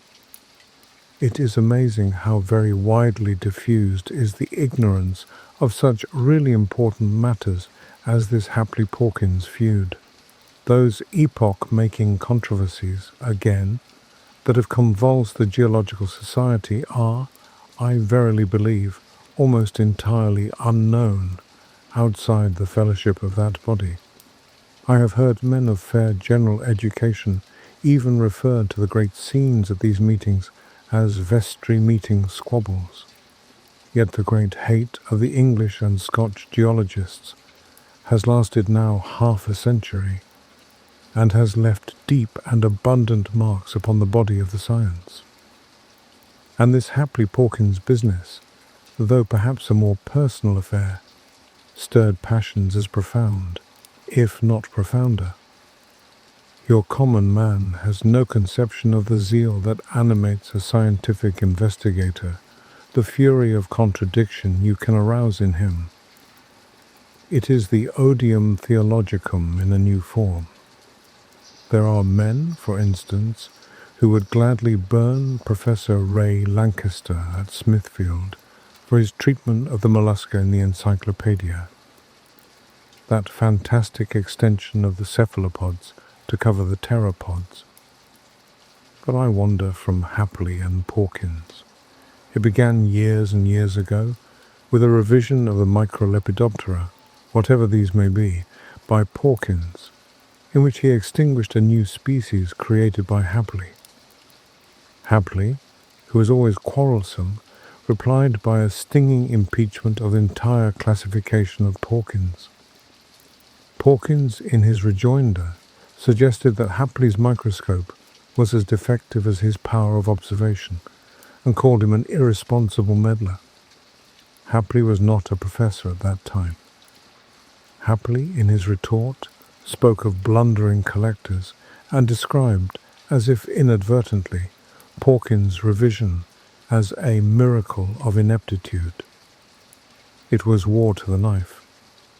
However, it would scarcely interest the reader to detail how these two great men quarrelled, and how the split between them widened until from the Microlepidoptera they were at war upon every open question in entomology.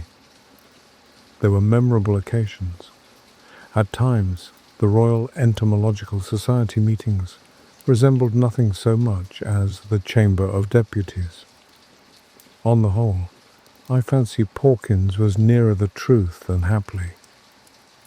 But Hapley was skilful with his rhetoric, had a turn for ridicule rare in a scientific man, was endowed with vast energy, and had a line sense of injury in the matter of the extinguished species, while Pawkins was a man of dull presence, prosy of speech, in shape not unlike a water barrel, over-conscientious with testimonials, and suspected of jobbing museum appointments. So the young men gathered round happily and applauded him. It was a long struggle, vicious from the beginning, and growing at last to pitiless antagonism. The successive turns of fortune, now an advantage to one side and now to another, now happily tormented by some success of Pawkins, and now Pawkins outshone by Hapley, belong rather to the history of entomology than to this story. But in 1891, Pawkins, whose health had been bad for some time, published some work upon the mesoblast of the death's head moth. What the mesoblast of the death's head moth may be does not matter a rap in this story. But the work was far below his usual standard, and gave Hapley an opening he had coveted for years.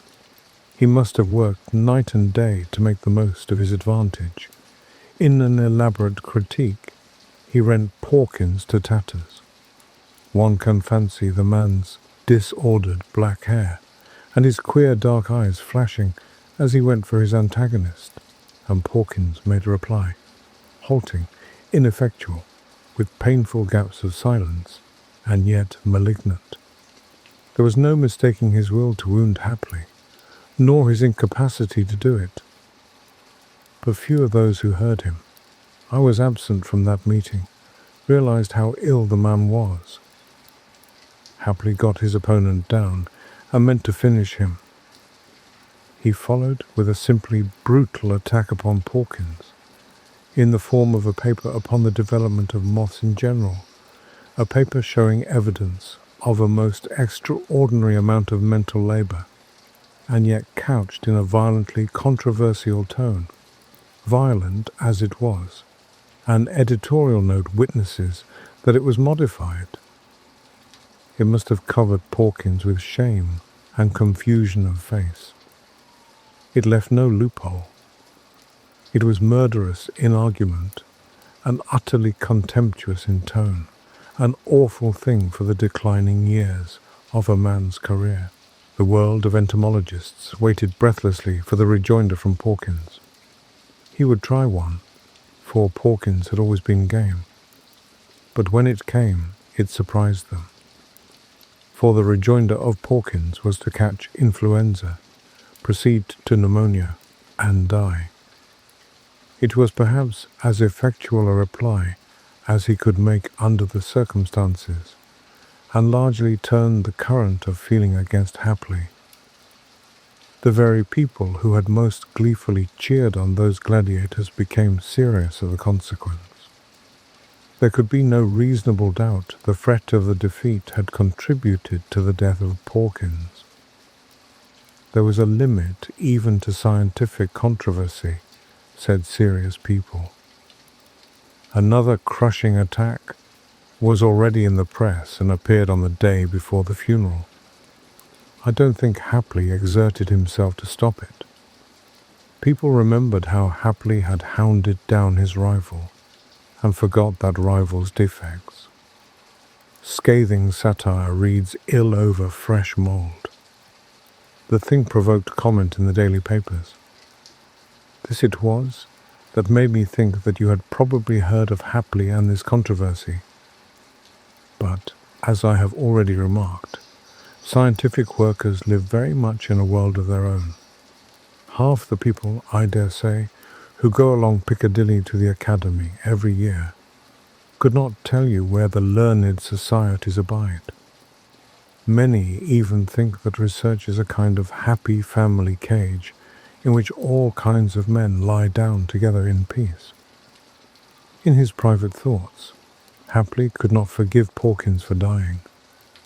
In the first place, it was a mean dodge to escape the absolute pulverization Hapley had in hand for him, and in the second, it left Hapley's mind with a queer gap in it. For 20 years he had worked hard, sometimes far into the night, and 7 days a week with microscope, scalpel, collecting net and pen, and almost entirely with reference to Pawkins. The European reputation he had won had come as an incident in that great antipathy. He had gradually worked up to a climax in this last controversy.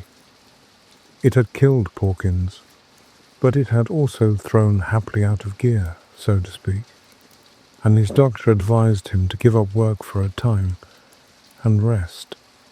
So Hapley went down into a quiet village in Kent and thought day and night of Pawkins, and good things it was now impossible to say about him. At last, Hapley began to realize in what direction the preoccupation tended. He determined to make a fight for it, and started by trying to read novels.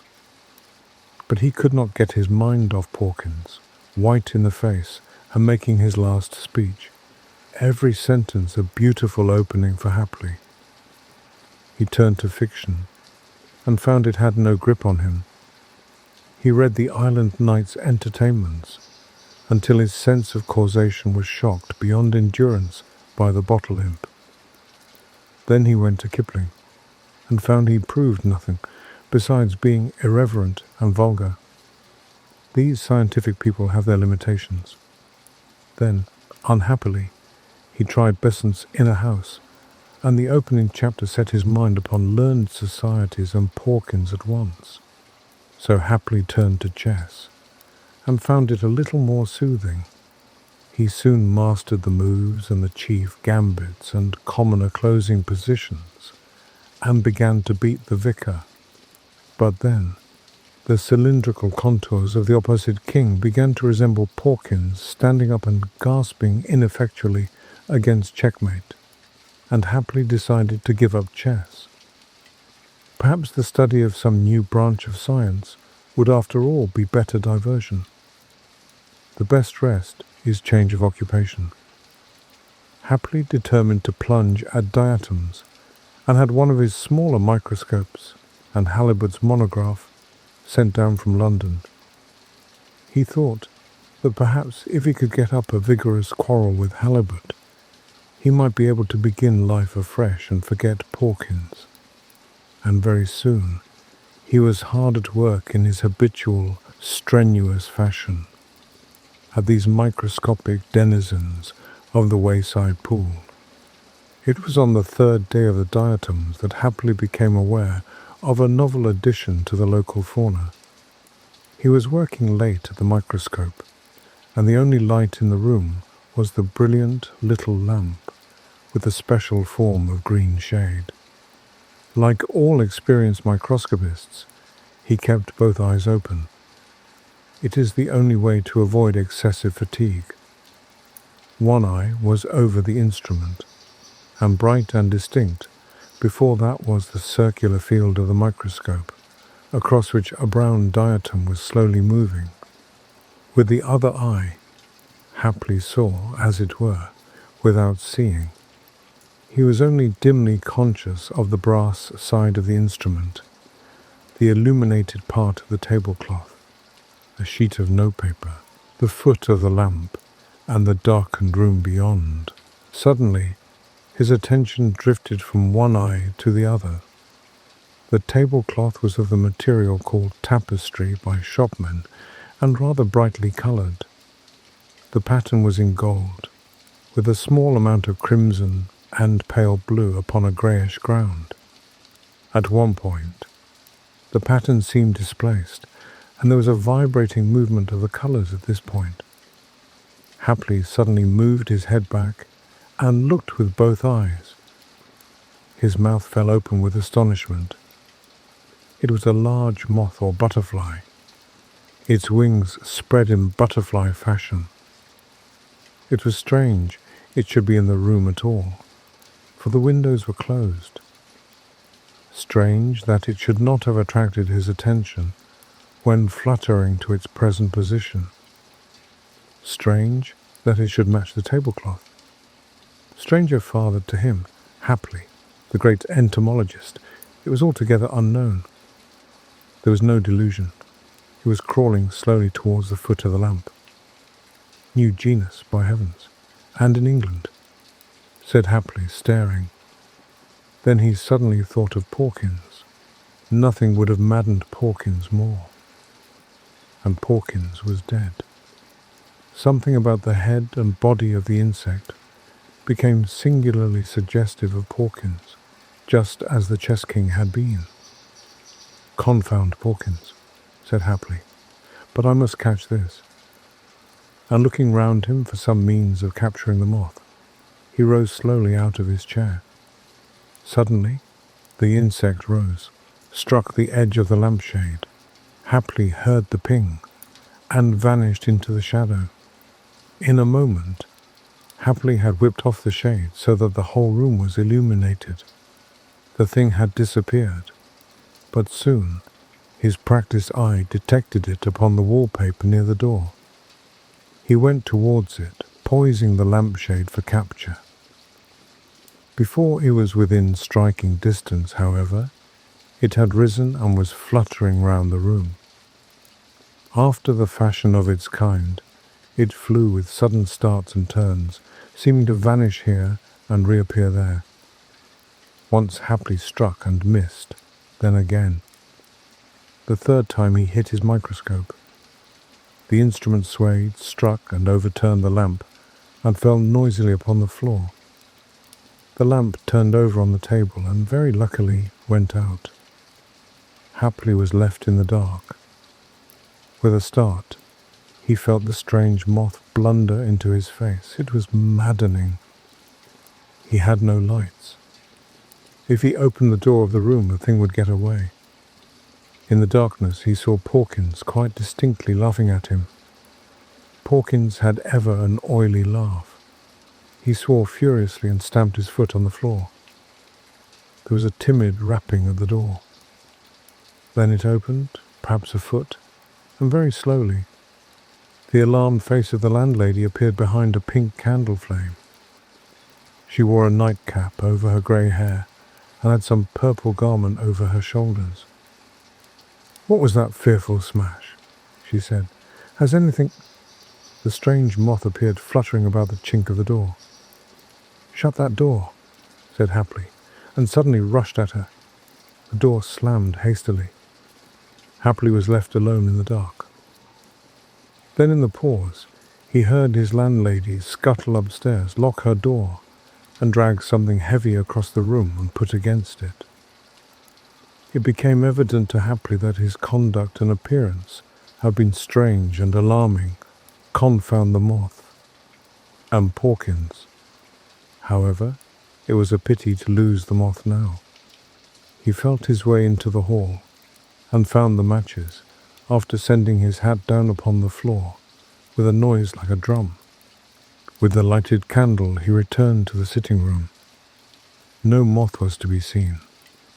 Yet once for a moment it seemed that the thing was fluttering round his head. Happily, very suddenly decided to give up the moth and go to bed. But he was excited. All night long his sleep was broken by dreams of the moth, Porkins, and his landlady. Twice in the night he turned out and soused his head in cold water. One thing was very clear to him.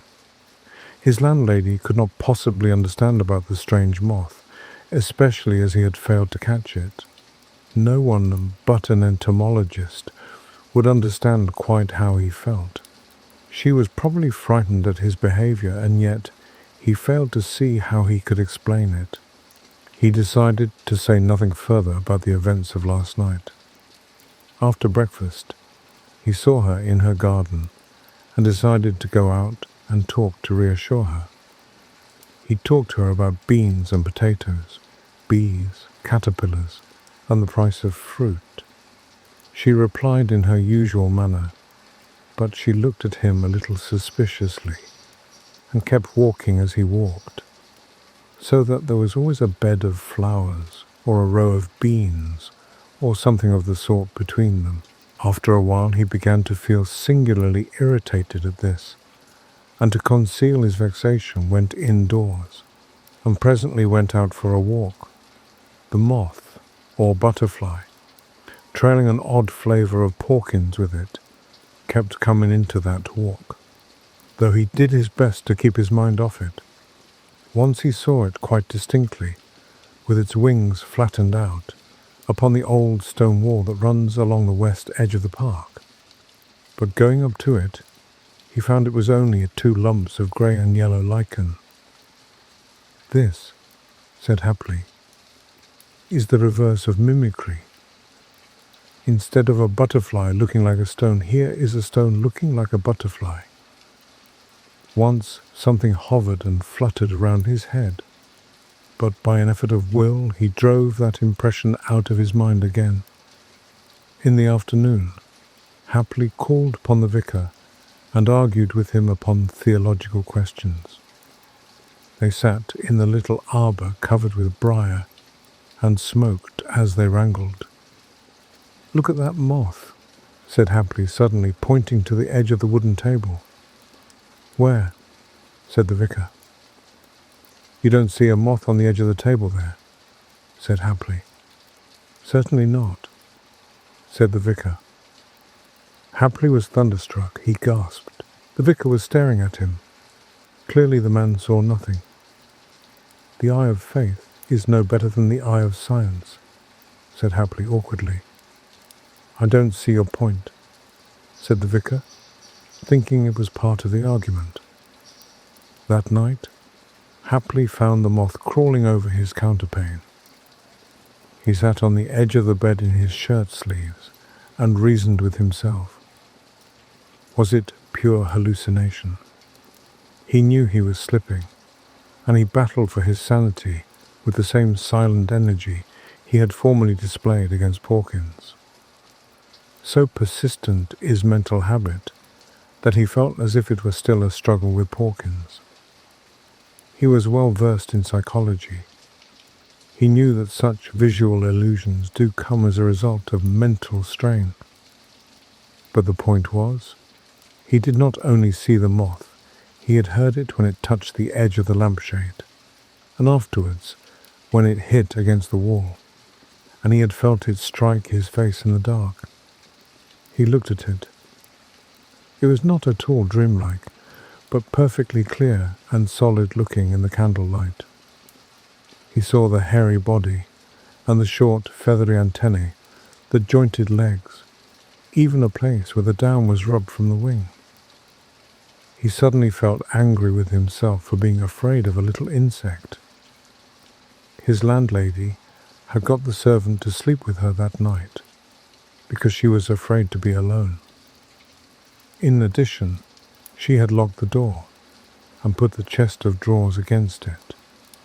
They listened and talked in whispers after they had gone to bed, but nothing occurred to alarm them. About 11, they had ventured to put the candle out, and had both dozed off to sleep. They woke up with a start and sat up in bed, listening in the darkness.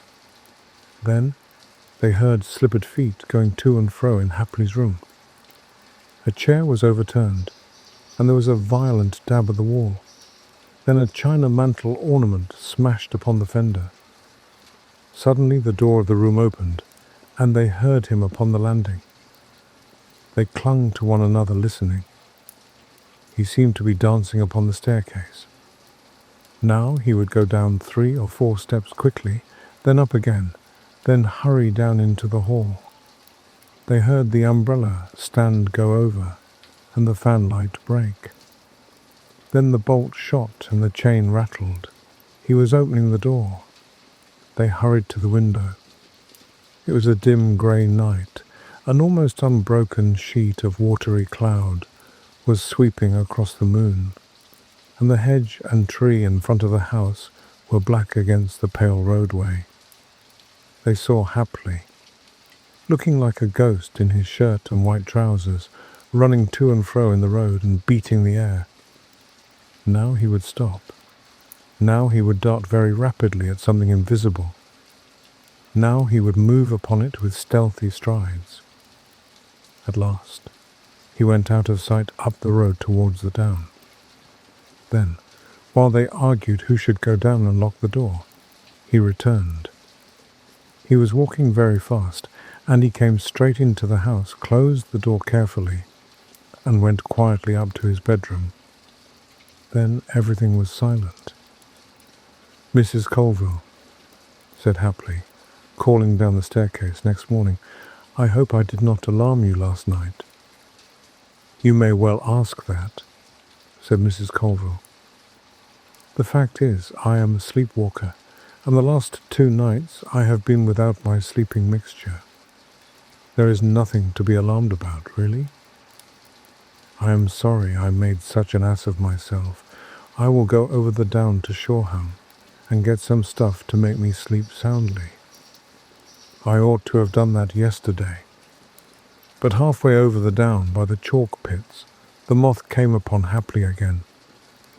He went on, trying to keep his mind upon chess problems, but it was no good. The thing fluttered into his face, and he struck at it with his hat in self-defense. Then rage, the old rage, the rage he had so often felt against Porkins, came upon him again. He went on, leaping and striking at the eddying insect. Suddenly, he trod on nothing and fell headlong. There was a gap in his sensations, and happily found himself sitting on the heap of flints in front of the opening of the chalk pits, with a leg twisted back under him. The strange moth was still fluttering round his head. He struck at it with his hand, and turning his head saw two men approaching him. One was the village doctor. It occurred to Hapley that this was lucky.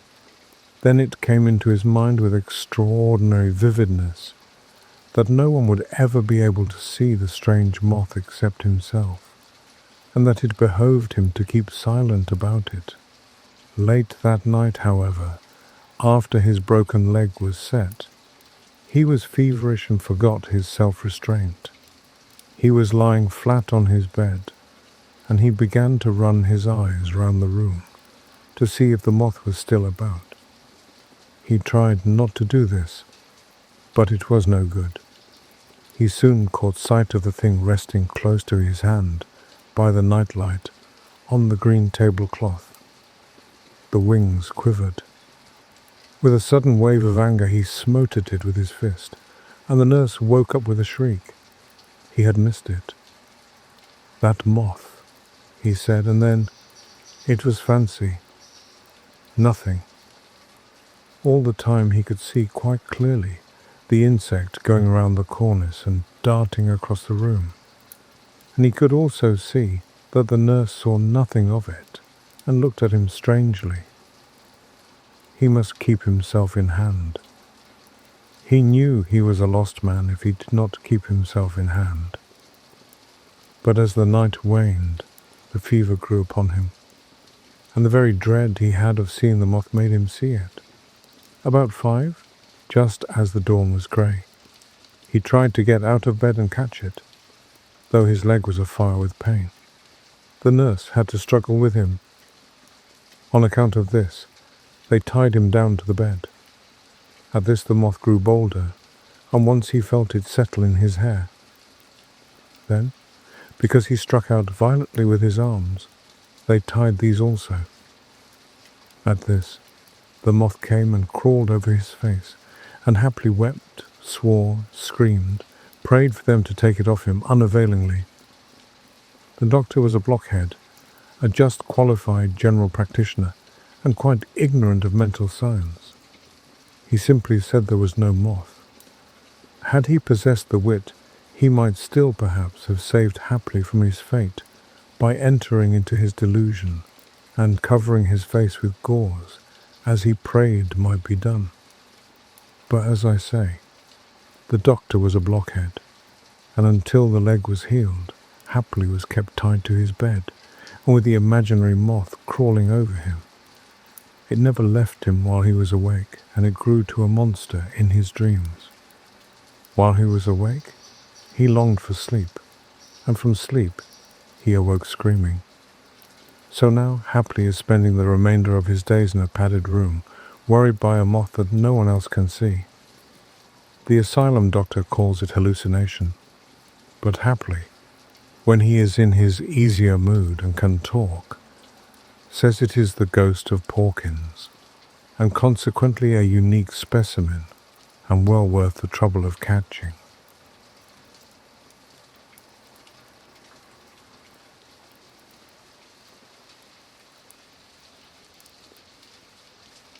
The Stolen Body by H.G. Wells. Mr. Bessel was the senior partner in the firm of Bessel, Hart and Brown of St. Paul's Churchyard, and for many years he was well known among those interested in psychical research as a liberal-minded and conscientious investigator. He was an unmarried man, and instead of living in the suburbs, after the fashion of his class, he occupied rooms in the Albany, near Piccadilly. He was particularly interested in the questions of thought transference and of apparitions of the living, and in November 1896 he commenced a series of experiments in conjunction with Mr. Vincey of Staple Inn. in order to test the alleged possibility of projecting an apparition of oneself by force of will through space. Their experiments were conducted in the following manner. At a prearranged hour, Mr. Bessel shut himself in one of his rooms in the Albany, and Mr. Vincey in his sitting room in Staple Inn, and each then fixed his mind as resolutely as possible on the other. Mr. Bessel had acquired the art of self-hypnotism, and, so far as he could, he attempted first to hypnotize himself, and then to project himself as a phantom of the living across the intervening space of nearly 2 miles into Mr. Vincey's apartment.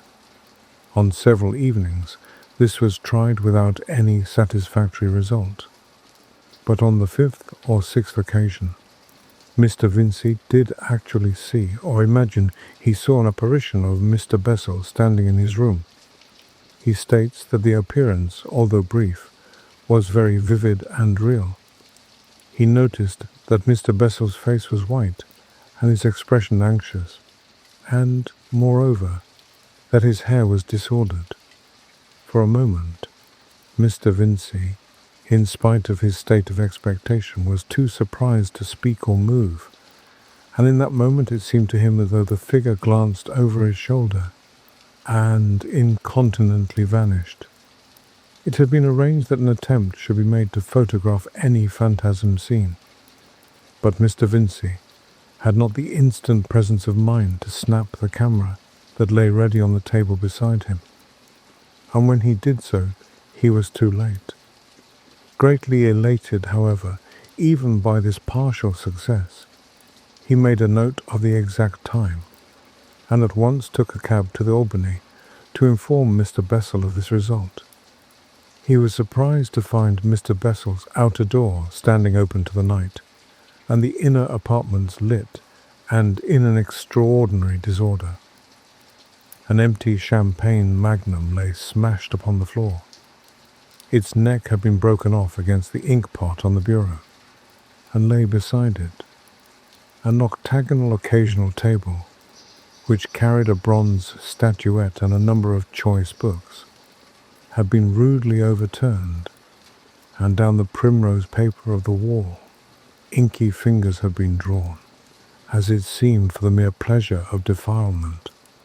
One of the delicate chintz curtains had been violently torn from its rings and thrust upon the fire, so that the smell of its smouldering filled the room. Indeed, the whole place was disarranged in the strangest fashion. For a few minutes, Mr. Vincey, who had entered sure of finding Mr. Bessel in his easy-chair, awaiting him, could scarcely believe his eyes, and stood staring helplessly at these unanticipated things. Then, full of a vague sense of calamity, he sought the porter at the entrance lodge. "Where is Mr. Bessel?" he asked. "Do you know that all the furniture is broken in Mr. Bessel's room?" The porter said nothing, but, obeying his gestures, came at once to Mr. Bessel's apartment to see the state of affairs. "This settles it," he said, surveying the lunatic confusion. "I didn't know of this. Mr. Bessel's gone off. He's mad." He then proceeded to tell Mr. Vincey that about half an hour previously, that is to say, at about the time of Mr. Bessel's apparition in Mr. Vincey's rooms, the missing gentleman had rushed out of the gates of the Albany into Vigo Street, hatless and with disordered hair, and had vanished into the direction of Bond Street. "And as he went past me," said the porter, "he laughed, a sort of gasping laugh, with his mouth open and his eyes glaring. I tell you, sir, he fair scared me, like this." According to his imitation, it was anything but a pleasant laugh. He waved his hand, with all his fingers crooked and clawing, like that, and he said, in a sort of fierce whisper, "Live!" Just that one word, "live." "Dear me," said Mr. Vincey. "Tut, tut, and dear me." He could think of nothing else to say. He was naturally very much surprised. He turned from the room to the porter, and from the porter to the room in the gravest perplexity. Beyond his suggestion that probably Mr. Bessel would come back presently and explain what had happened, their conversation was unable to proceed. "It might be a sudden toothache," said the porter. "A very sudden and violent toothache, jumping on him suddenly like and driving him wild. I've broken things myself before now in such a case," he thought. If it was, why should he say life to me as he went past? Mr. Vincey did not know. Mr. Bessel did not return, and at last Mr. Vincey, having done some more helpless staring, and having addressed a note of brief inquiry, and left it in a conspicuous position on the bureau, returned in a very perplexed frame of mind to his own premises in Stable Inn. This affair had given him a shock. He was at a loss to account for Mr. Bessel's conduct on any sane hypothesis. He tried to read, but he could not do so.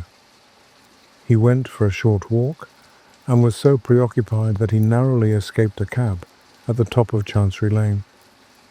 And at last, a full hour before his usual time, he went to bed. For a considerable time he could not sleep because of his memory of the silent confusion of Mr. Bessel's apartment, and when at length he did attain an uneasy slumber, it was at once disturbed by a very vivid and distressing dream of Mr. Bessel. He saw Mr. Bessel gesticulating wildly, and with his face white and contorted, and inexplicably mingled with his appearance, suggested perhaps by his gestures, was an intense fear, an urgency to act. He even believes that he heard the voice of his fellow experimenter calling distressfully to him, though at the time he considered this to be an illusion. The vivid impression remained, though Mr. Vincey awoke. For a space he lay awake and trembling in the darkness, possessed with that vague, unaccountable terror of unknown possibilities that comes out of dreams upon even the bravest men. But at last he roused himself and turned over and went to sleep again, only for the dream to return with enhanced vividness. He awoke with such a strong conviction that Mr. Bessel was in overwhelming distress and need of help, that sleep was no longer possible. He was persuaded that his friend had rushed out to some dire calamity. For a time he lay reasoning vainly against this belief, but at last he gave way to it. He arose, against all reason, lit his gas and dressed, and set out through the deserted streets, deserted, save for a noiseless policeman or so, and the early news carts, towards Vigo Street to inquire if Mr. Bessel had returned. But he never got there. As he was going down Long Acre, some unaccountable impulse turned him aside out of that street towards Covent Garden, which was just waking to its nocturnal activities. He saw the market in front of him, a queer effect of glowing yellow lights and busy black figures. He became aware of a shouting, and perceived a figure turn the corner by the hotel and run swiftly towards him. He knew at once that it was Mr. Bessel, but it was Mr. Bessel transfigured. He was hatless and dishevelled, his collar was torn open, he grasped a bone-handled walking cane near the ferrule end, and his mouth was pulled awry, and he ran with agile strides very rapidly. Their encounter was the affair of an instant. "Bessel!" cried Vincey. The running man gave no sign of recognition either of Mr. Vincey or of his own name. Instead, he cut at his friend savagely with the stick, hitting him in the face within an inch of the eye. Mr. Vincey, stunned and astonished, staggered back, lost his footing, and fell heavily on the pavement. It seemed to him that Mr. Bessel leapt over him as he fell. When he looked again, Mr. Bessel had vanished, and the policeman and a number of garden porters and salesmen were rushing past towards Long Acre in hot pursuit, with the assistance of several passers-by, for the whole street was speedily alive with running people. Mr. Vincey struggled to his feet.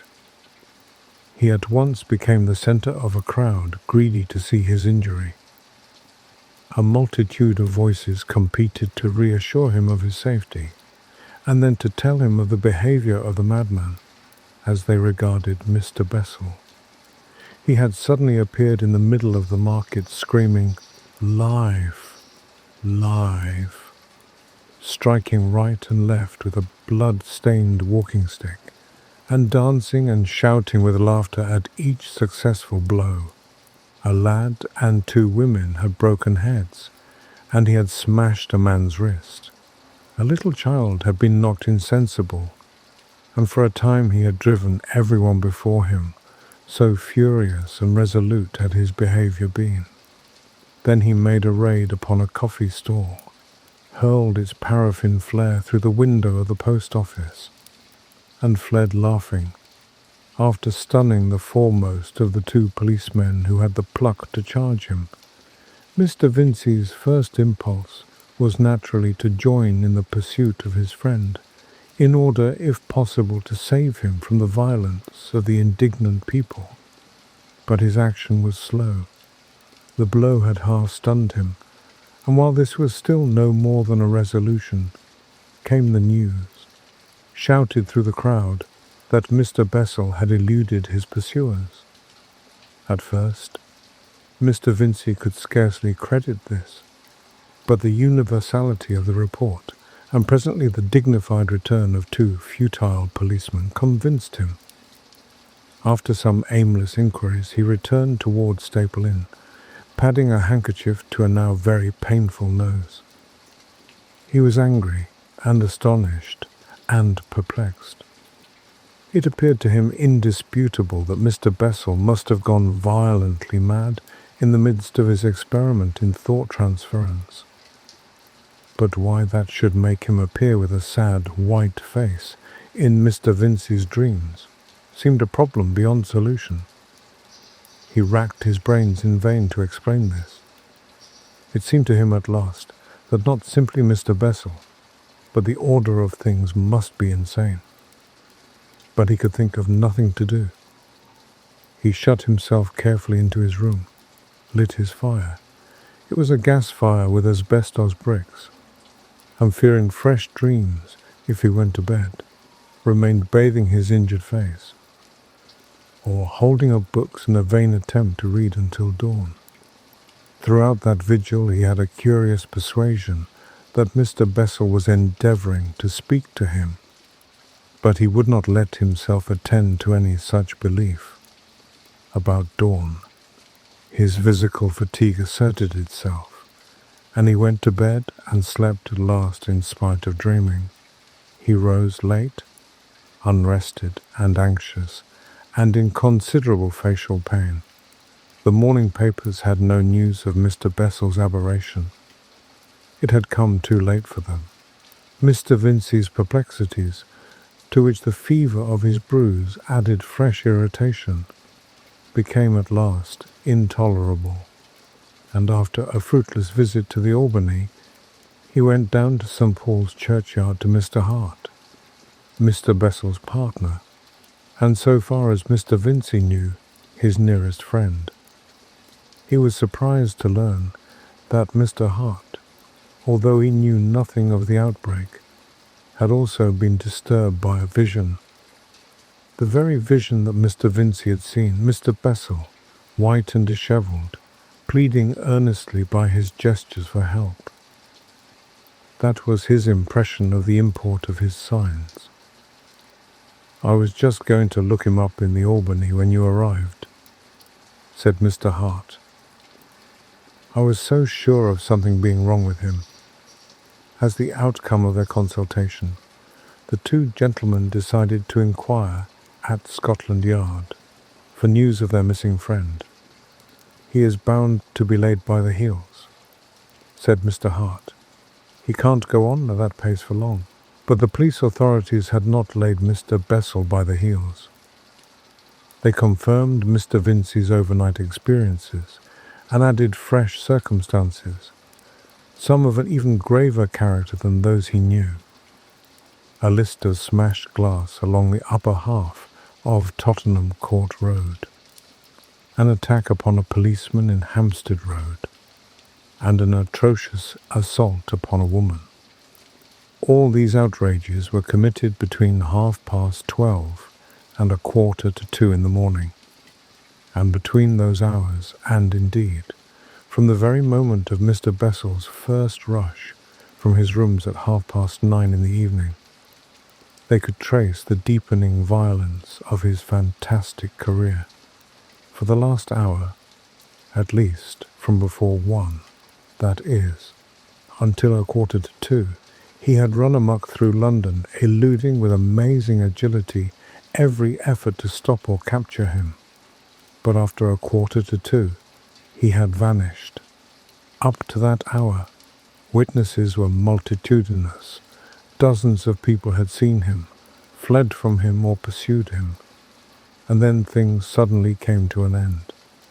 At 1:45, he had been seen running down the Euston Road towards Baker Street, flourishing a can of burning colza oil and jerking splashes of flame therefrom at the windows of the houses he passed. But none of the policemen on Euston Road, beyond the waxwork exhibition, nor any of those in the side streets, down which he must have passed had he left the Euston Road, had seen anything of him. Abruptly, he disappeared. Nothing of his subsequent doings came to light, in spite of the keenest inquiry. Here was a fresh astonishment for Mr. Vincey. He had found considerable comfort in Mr. Hart's conviction he is bound to be laid by the heels before long, and in that assurance he had been able to suspend his mental perplexities. But any fresh development seemed destined to add new impossibilities to a pile already heaped beyond the powers of his acceptance. He found himself doubting whether his memory might not play him some grotesque trick, debating whether any of these things could possibly have happened. And in the afternoon, he hunted up Mr. Hart again to share the intolerable weight on his mind. He found Mr. Hart engaged with a well-known private detective, but as that gentleman accomplished nothing in this case, we need not enlarge upon his proceedings. All that day Mr. Bessel's whereabouts eluded an unceasingly active inquiry, and all that night, and all that day, there was a persuasion in the back of Mr. Vincey's mind that Mr. Bessel sought his attention, and all through the night Mr. Bessel, with a tear-stained face of anguish, pursued him through his dreams. And whenever he saw Mr. Bessel in his dreams, he also saw a number of other faces, vague but malignant, that seemed to be pursuing Mr. Bessel. It was on the following day, Sunday, that Mr. Vincey recalled certain remarkable stories of Mrs. Bullock, the medium, who was then attracting attention for the first time in London. He determined to consult her. She was staying at the house of that well-known inquirer, Dr. Wilson Paget, and Mr. Vincey, although he had never met that gentleman before, repaired to him forthwith with the intention of invoking her help. But scarcely had he mentioned the name of Bessel when Dr. Paget interrupted him. "Last night, just at the end," he said, "we had a communication." He left the room and returned with a slate on which were certain words written in a handwriting, shaky indeed, but indisputably the handwriting of Mr. Bessel. "How did you get this?" said Mr. Vincey. "Do you mean?" "We got it last night," said Dr. Paget. With numerous interruptions from Mr. Vincey, He proceeded to explain how the writing had been obtained. It appears that in her séances, Mrs. Bullock passes into a condition of trance, her eyes rolling up in a strange way under her eyelids, and her body becoming rigid. She then begins to talk very rapidly, usually in voices other than her own. At the same time, one or both of her hands may become active, and if slates and pencils are provided, they will then write messages simultaneously with, and quite independently, of the flow of words from her mouth. By many, she is considered an even more remarkable medium than the celebrated Mrs. Piper. It was one of these messages, the one written by her left hand, that Mr. Vincey now had before him. It consisted of 8 words written disconnectedly: George Bessel, Trial Excavn, Baker Street, Help, Starvation. Curiously enough, neither Dr. Paget nor the 2 other inquirers who were present had heard of the disappearance of Mr. Bessel. The news of it appeared only in the evening papers of Saturday, and they had put the message aside, with many others of a vague and enigmatical sort that Mrs. Bullock has from time to time delivered.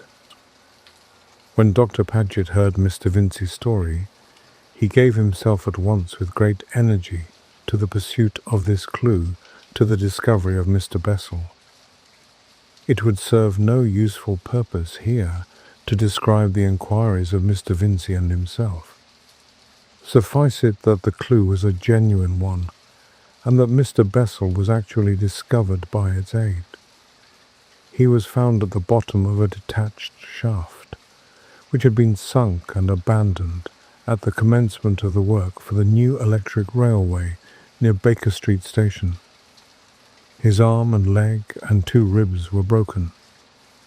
The shaft is protected by a hoarding nearly 20 feet high, and over this, incredible as it seems, Mr. Bessel, a stout, middle-aged gentleman, must have scrambled it in order to fall down the shaft. He was saturated in colza oil, and the smashed tin lay beside him, but luckily the flame had been extinguished by his fall, and his madness had passed from him altogether. But he was, of course, terribly enfeebled, and at the sight of his rescuers he gave way to hysterical weeping. In view of the deplorable state of his flat, he was taken to the house of Dr. Hatton in Upper Baker Street. Here, he was subjected to a sedative treatment, and anything that might recall the violent crisis through which he had passed was carefully avoided. But on the 2nd day, he volunteered a statement.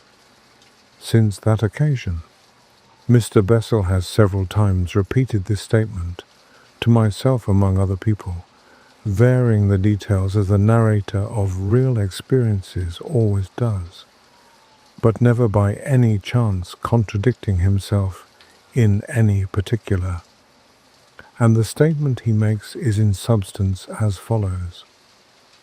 In order to understand it clearly, it is necessary to go back to his experiments with Mr. Vincey before his remarkable attack. Mr. Bessel's first attempts at self-projection in his experiments with Mr. Vincey were, as the reader will remember, unsuccessful. But through all of them he was concentrating all his power and will upon getting out of the body, willing it with all my might, he says. At last, almost against expectation, came success, and Mr. Bessel asserts that he, being alive, did actually by an effort of will leave his body and pass into some place or state outside this world. The release was, he asserts, instantaneous. At one moment I was seated in my chair with my eyes tightly shut, my hands gripping the arms of the chair, doing all I could to concentrate my mind on Vincey, and then I perceived myself outside my body, saw my body near me, but certainly not containing me, with the hands relaxing and the head drooping forward on the breast. Nothing shakes him in his assurance of that release. He describes in a quiet, matter-of-fact way the new sensation he experienced. He felt he had become impalpable. So much he had expected, but he had not expected to find himself enormously large. So, however, it would seem he became. I was a great cloud, if I may express it that way, anchored to my body. It appeared to me at first as if I had discovered a greater self of which the conscious being in my brain was only a little part. I saw the Albany and Piccadilly and Regent Street and all the rooms and places in the houses, very minute and very bright and distinct, spread out below me like a little city seen from a balloon. Every now and then, vague shapes like drifting wreaths of smoke made the vision a little indistinct, but at first I paid little heed to them. The thing that astonished me most, and which astonishes me still, is that I saw quite distinctly the insides of the houses as well as the streets. Saw little people dining and talking in the private houses, men and women dining, playing billiards and drinking in restaurants and hotels, and several places of entertainment crammed with people. It was like watching the affairs of a glass hive. Such were Mr. Bessel's exact words as I took them down when he told me the story. Quite forgetful of Mr. Vincey, he remained for a space observing these things. Impelled by curiosity, he says, he stooped down, and with the shadowy arm he found himself possessed of attempted to touch a man walking along Vigo Street. But he couldn't do so, though his finger seemed to pass through the man. Something prevented his doing this. But what it was, he finds it hard to describe. He compares the obstacle to a sheet of glass. I felt as a kitten may feel, he said, when it goes for the first time to pat its reflection in a mirror. Again and again, on the occasion when I heard him tell this story, Mr. Bessel returned to that comparison of the sheet of glass. Yet it was not altogether a precise comparison, because, as the reader will speedily see, there were interruptions of this generally impermeable resistance, means of getting through the barrier to the material world again. But, naturally, there is a very great difficulty in expressing these unprecedented impressions in the language of everyday experience. A thing that impressed him instantly, and which weighed upon him throughout all this experience, was the stillness of this place. He was in a world without sound. At first, Mr. Bessel's mental state was an unemotional wonder. His thought chiefly concerned itself with where he might be. He was out of the body, out of his material body at any rate. But that was not all. He believes, and I for one, believe also, that he was somewhere out of space, as we understand it, altogether. By a strenuous effort of will, he had passed out of his body into a world beyond this world, a world undreamt of, yet lying so close to it, and so strangely situated with regard to it, that all things on this earth are clearly visible both from without and from within, in this other world about us. For a long time, as it seemed to him, this realization occupied his mind to the exclusion of all other matters. And then he recalled the engagement with Mr. Vincey, to which this astonishing experience was, after all, but a prelude. He turned his mind to locomotion in this new body in which he found himself. For a time, he was unable to shift himself from his attachment to his earthly carcass. For a time, this new strange cloud body of his simply swayed, contracted, expanded, coiled, and writhed with his efforts to free himself. And then quite suddenly the link that bound him snapped. For a moment, everything was hidden by what appeared to be whirling spheres of dark vapor, and then through a momentary gap, he saw his drooping body collapse limply, saw his lifeless head drop sideways, and found he was driving along like a huge cloud in the strange place of shadowy clouds that had the luminous intricacy of London spread like a model below. But now he was aware that the fluctuating vapor about him was something more than vapor, and the temerarious excitement of his first essay was shot with fear. For he perceived, at first indistinctly, and then suddenly very clearly, that he was surrounded by faces, that each roll and coil of the seeming cloud stuff was a face. And such faces. Faces of thin shadow, faces of gaseous tenuity. Faces like those faces that glare with intolerable strangeness upon the sleeper in the evil hours of his dreams.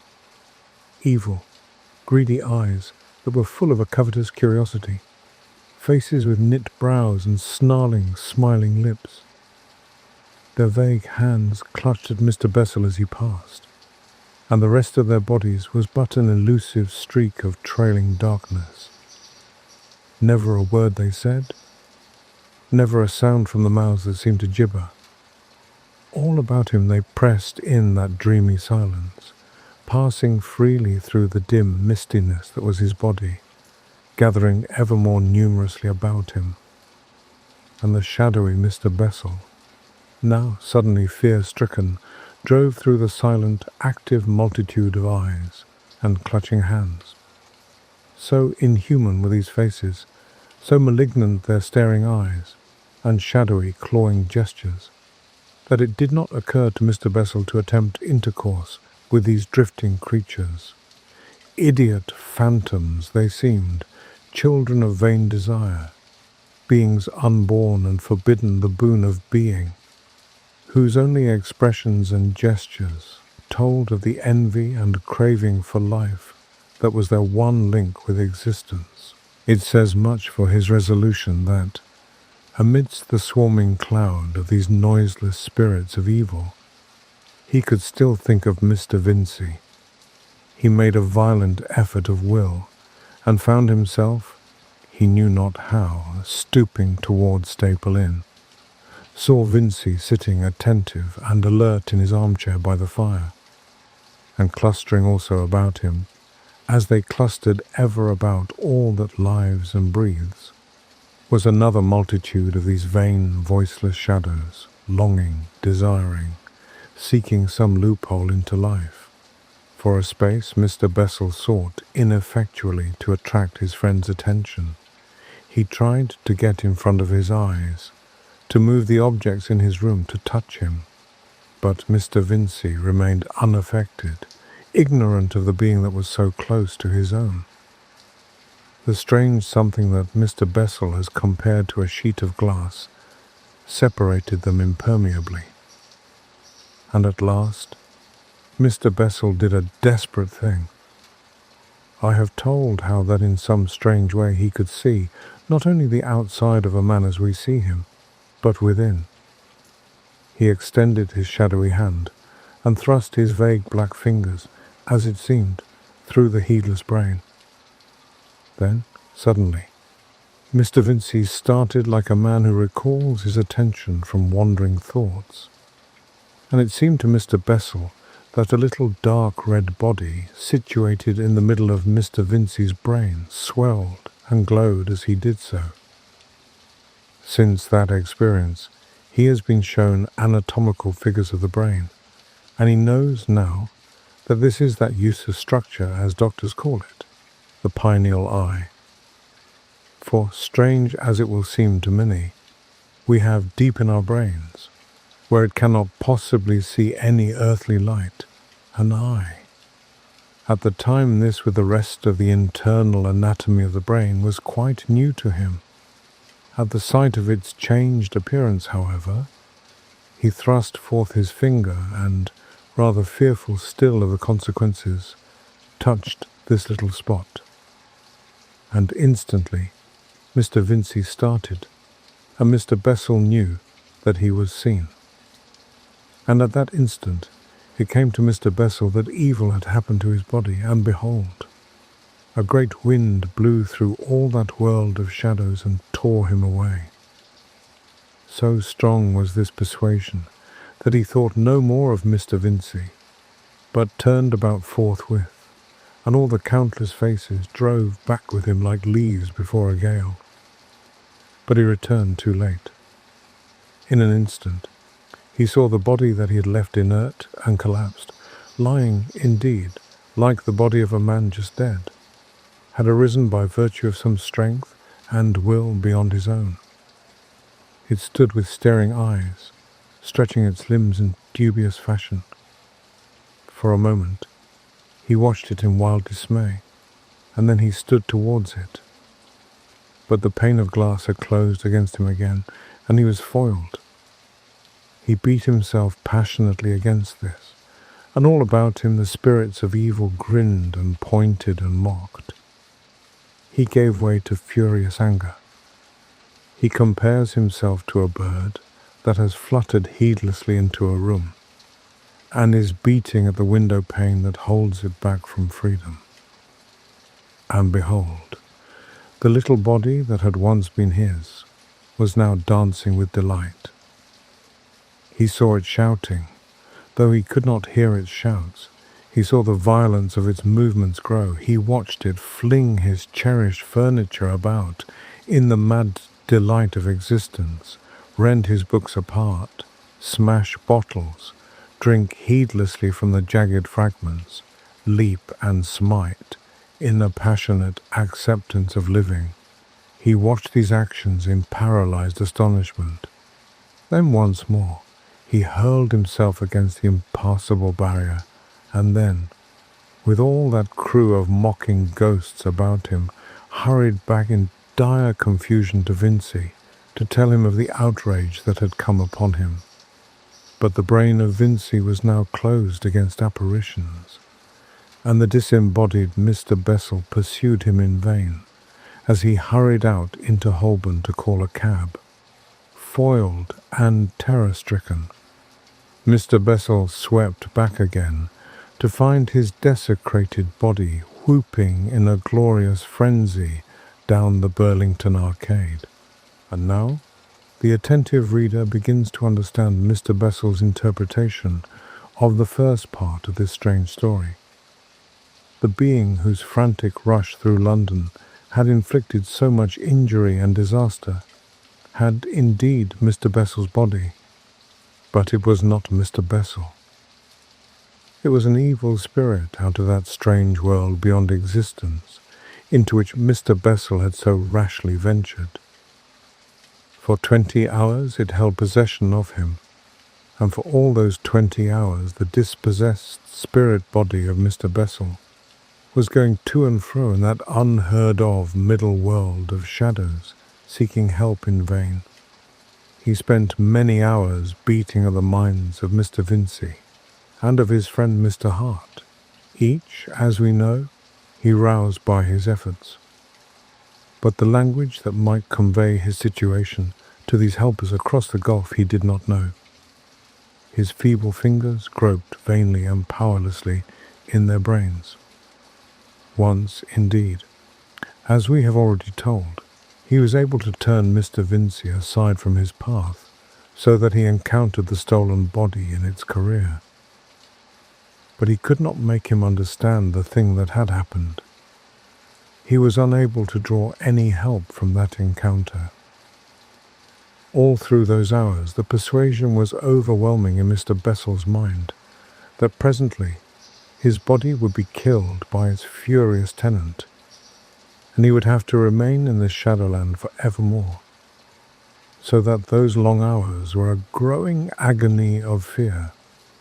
And ever as he hurried to and fro in his ineffectual excitement, innumerable spirits of that world about him mobbed him and confused his mind. And ever an envious applauding multitude poured after their successful fellow as he went upon his glorious career. For that, it would seem, must be the life of these bodiless things of this world that is the shadow of our world. Ever they watch, coveting a way into a mortal body, in order that they may descend as furies and frenzies, as violent lusts and mad, strange impulses, rejoicing in the body they have won. For Mr. Bessel was not the only human soul in the place. Witness the fact that he met first one, and afterwards several shadows of men like himself it seemed, who had lost their bodies, even it may be as he had lost his, and wandered despairingly in that lost world that is neither life nor death. They could not speak because that world is silent, yet he knew them for men because of their dim human bodies, and because of the sadness of their faces. But how they had come into that world he could not tell, nor where the bodies they had lost might be, whether they still raved about the earth, or whether they were closed for ever in death against return. That they were the spirits of the dead neither he nor I believe. But Dr. Wilson Paget thinks they are the rational souls of men who are lost in madness on the earth. At last, Mr. Bessel chanced upon a place where a little crowd of such disembodied silent creatures was gathered, and thrusting through them he saw below a brightly lit room, and 4 or 5 quiet gentlemen and a woman, a stoutish woman dressed in black bombazine and sitting awkwardly in a chair with her head thrown back.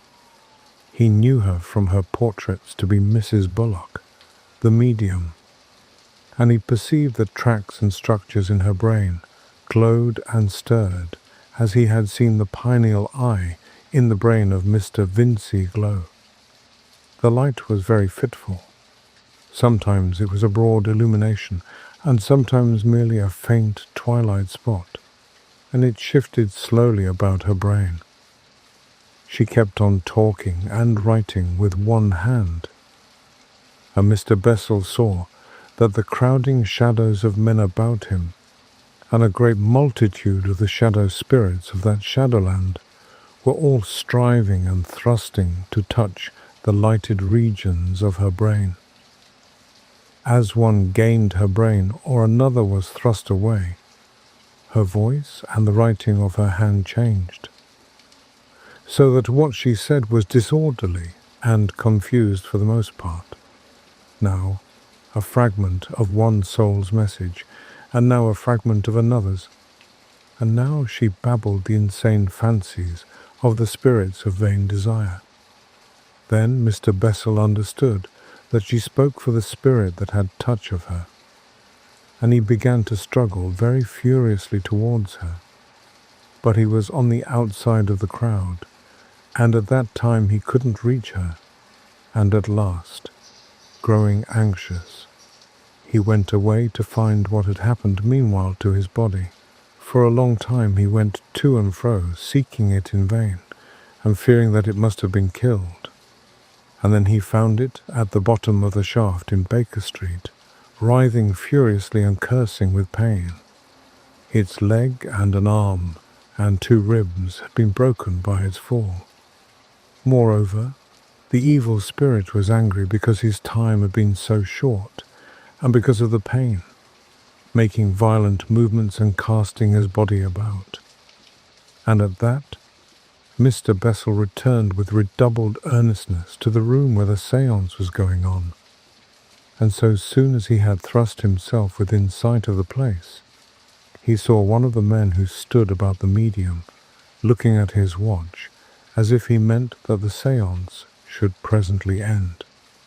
At that, a great number of the shadows who had been striving turned away with gestures of despair, but the thought that the séance was almost over only made Mr. Bessel the more earnest, and he struggled so stoutly with his will against the others that presently he gained the woman's brain. It chanced that just at that moment it glowed very brightly, and in that instant she wrote the message that Dr. Wilson Paget preserved. and then the other shadows, and the cloud of evil spirits about him had thrust Mr. Bessel away from her. And for all the rest of the séance, he could regain her no more.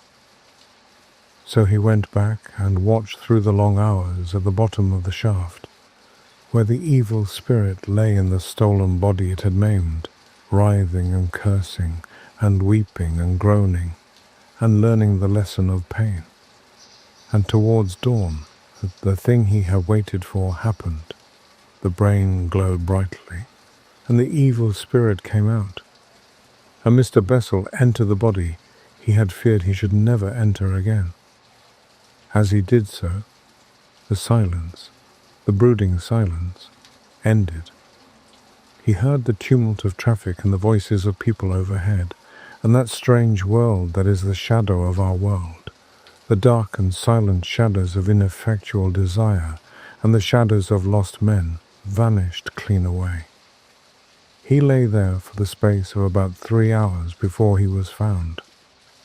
And in spite of the pain and suffering of his wounds, and of the dim, damp place in which he lay, in spite of the tears wrung from him by his physical distress, his heart was full of gladness to know that he was nevertheless back once more in the kindly world of men.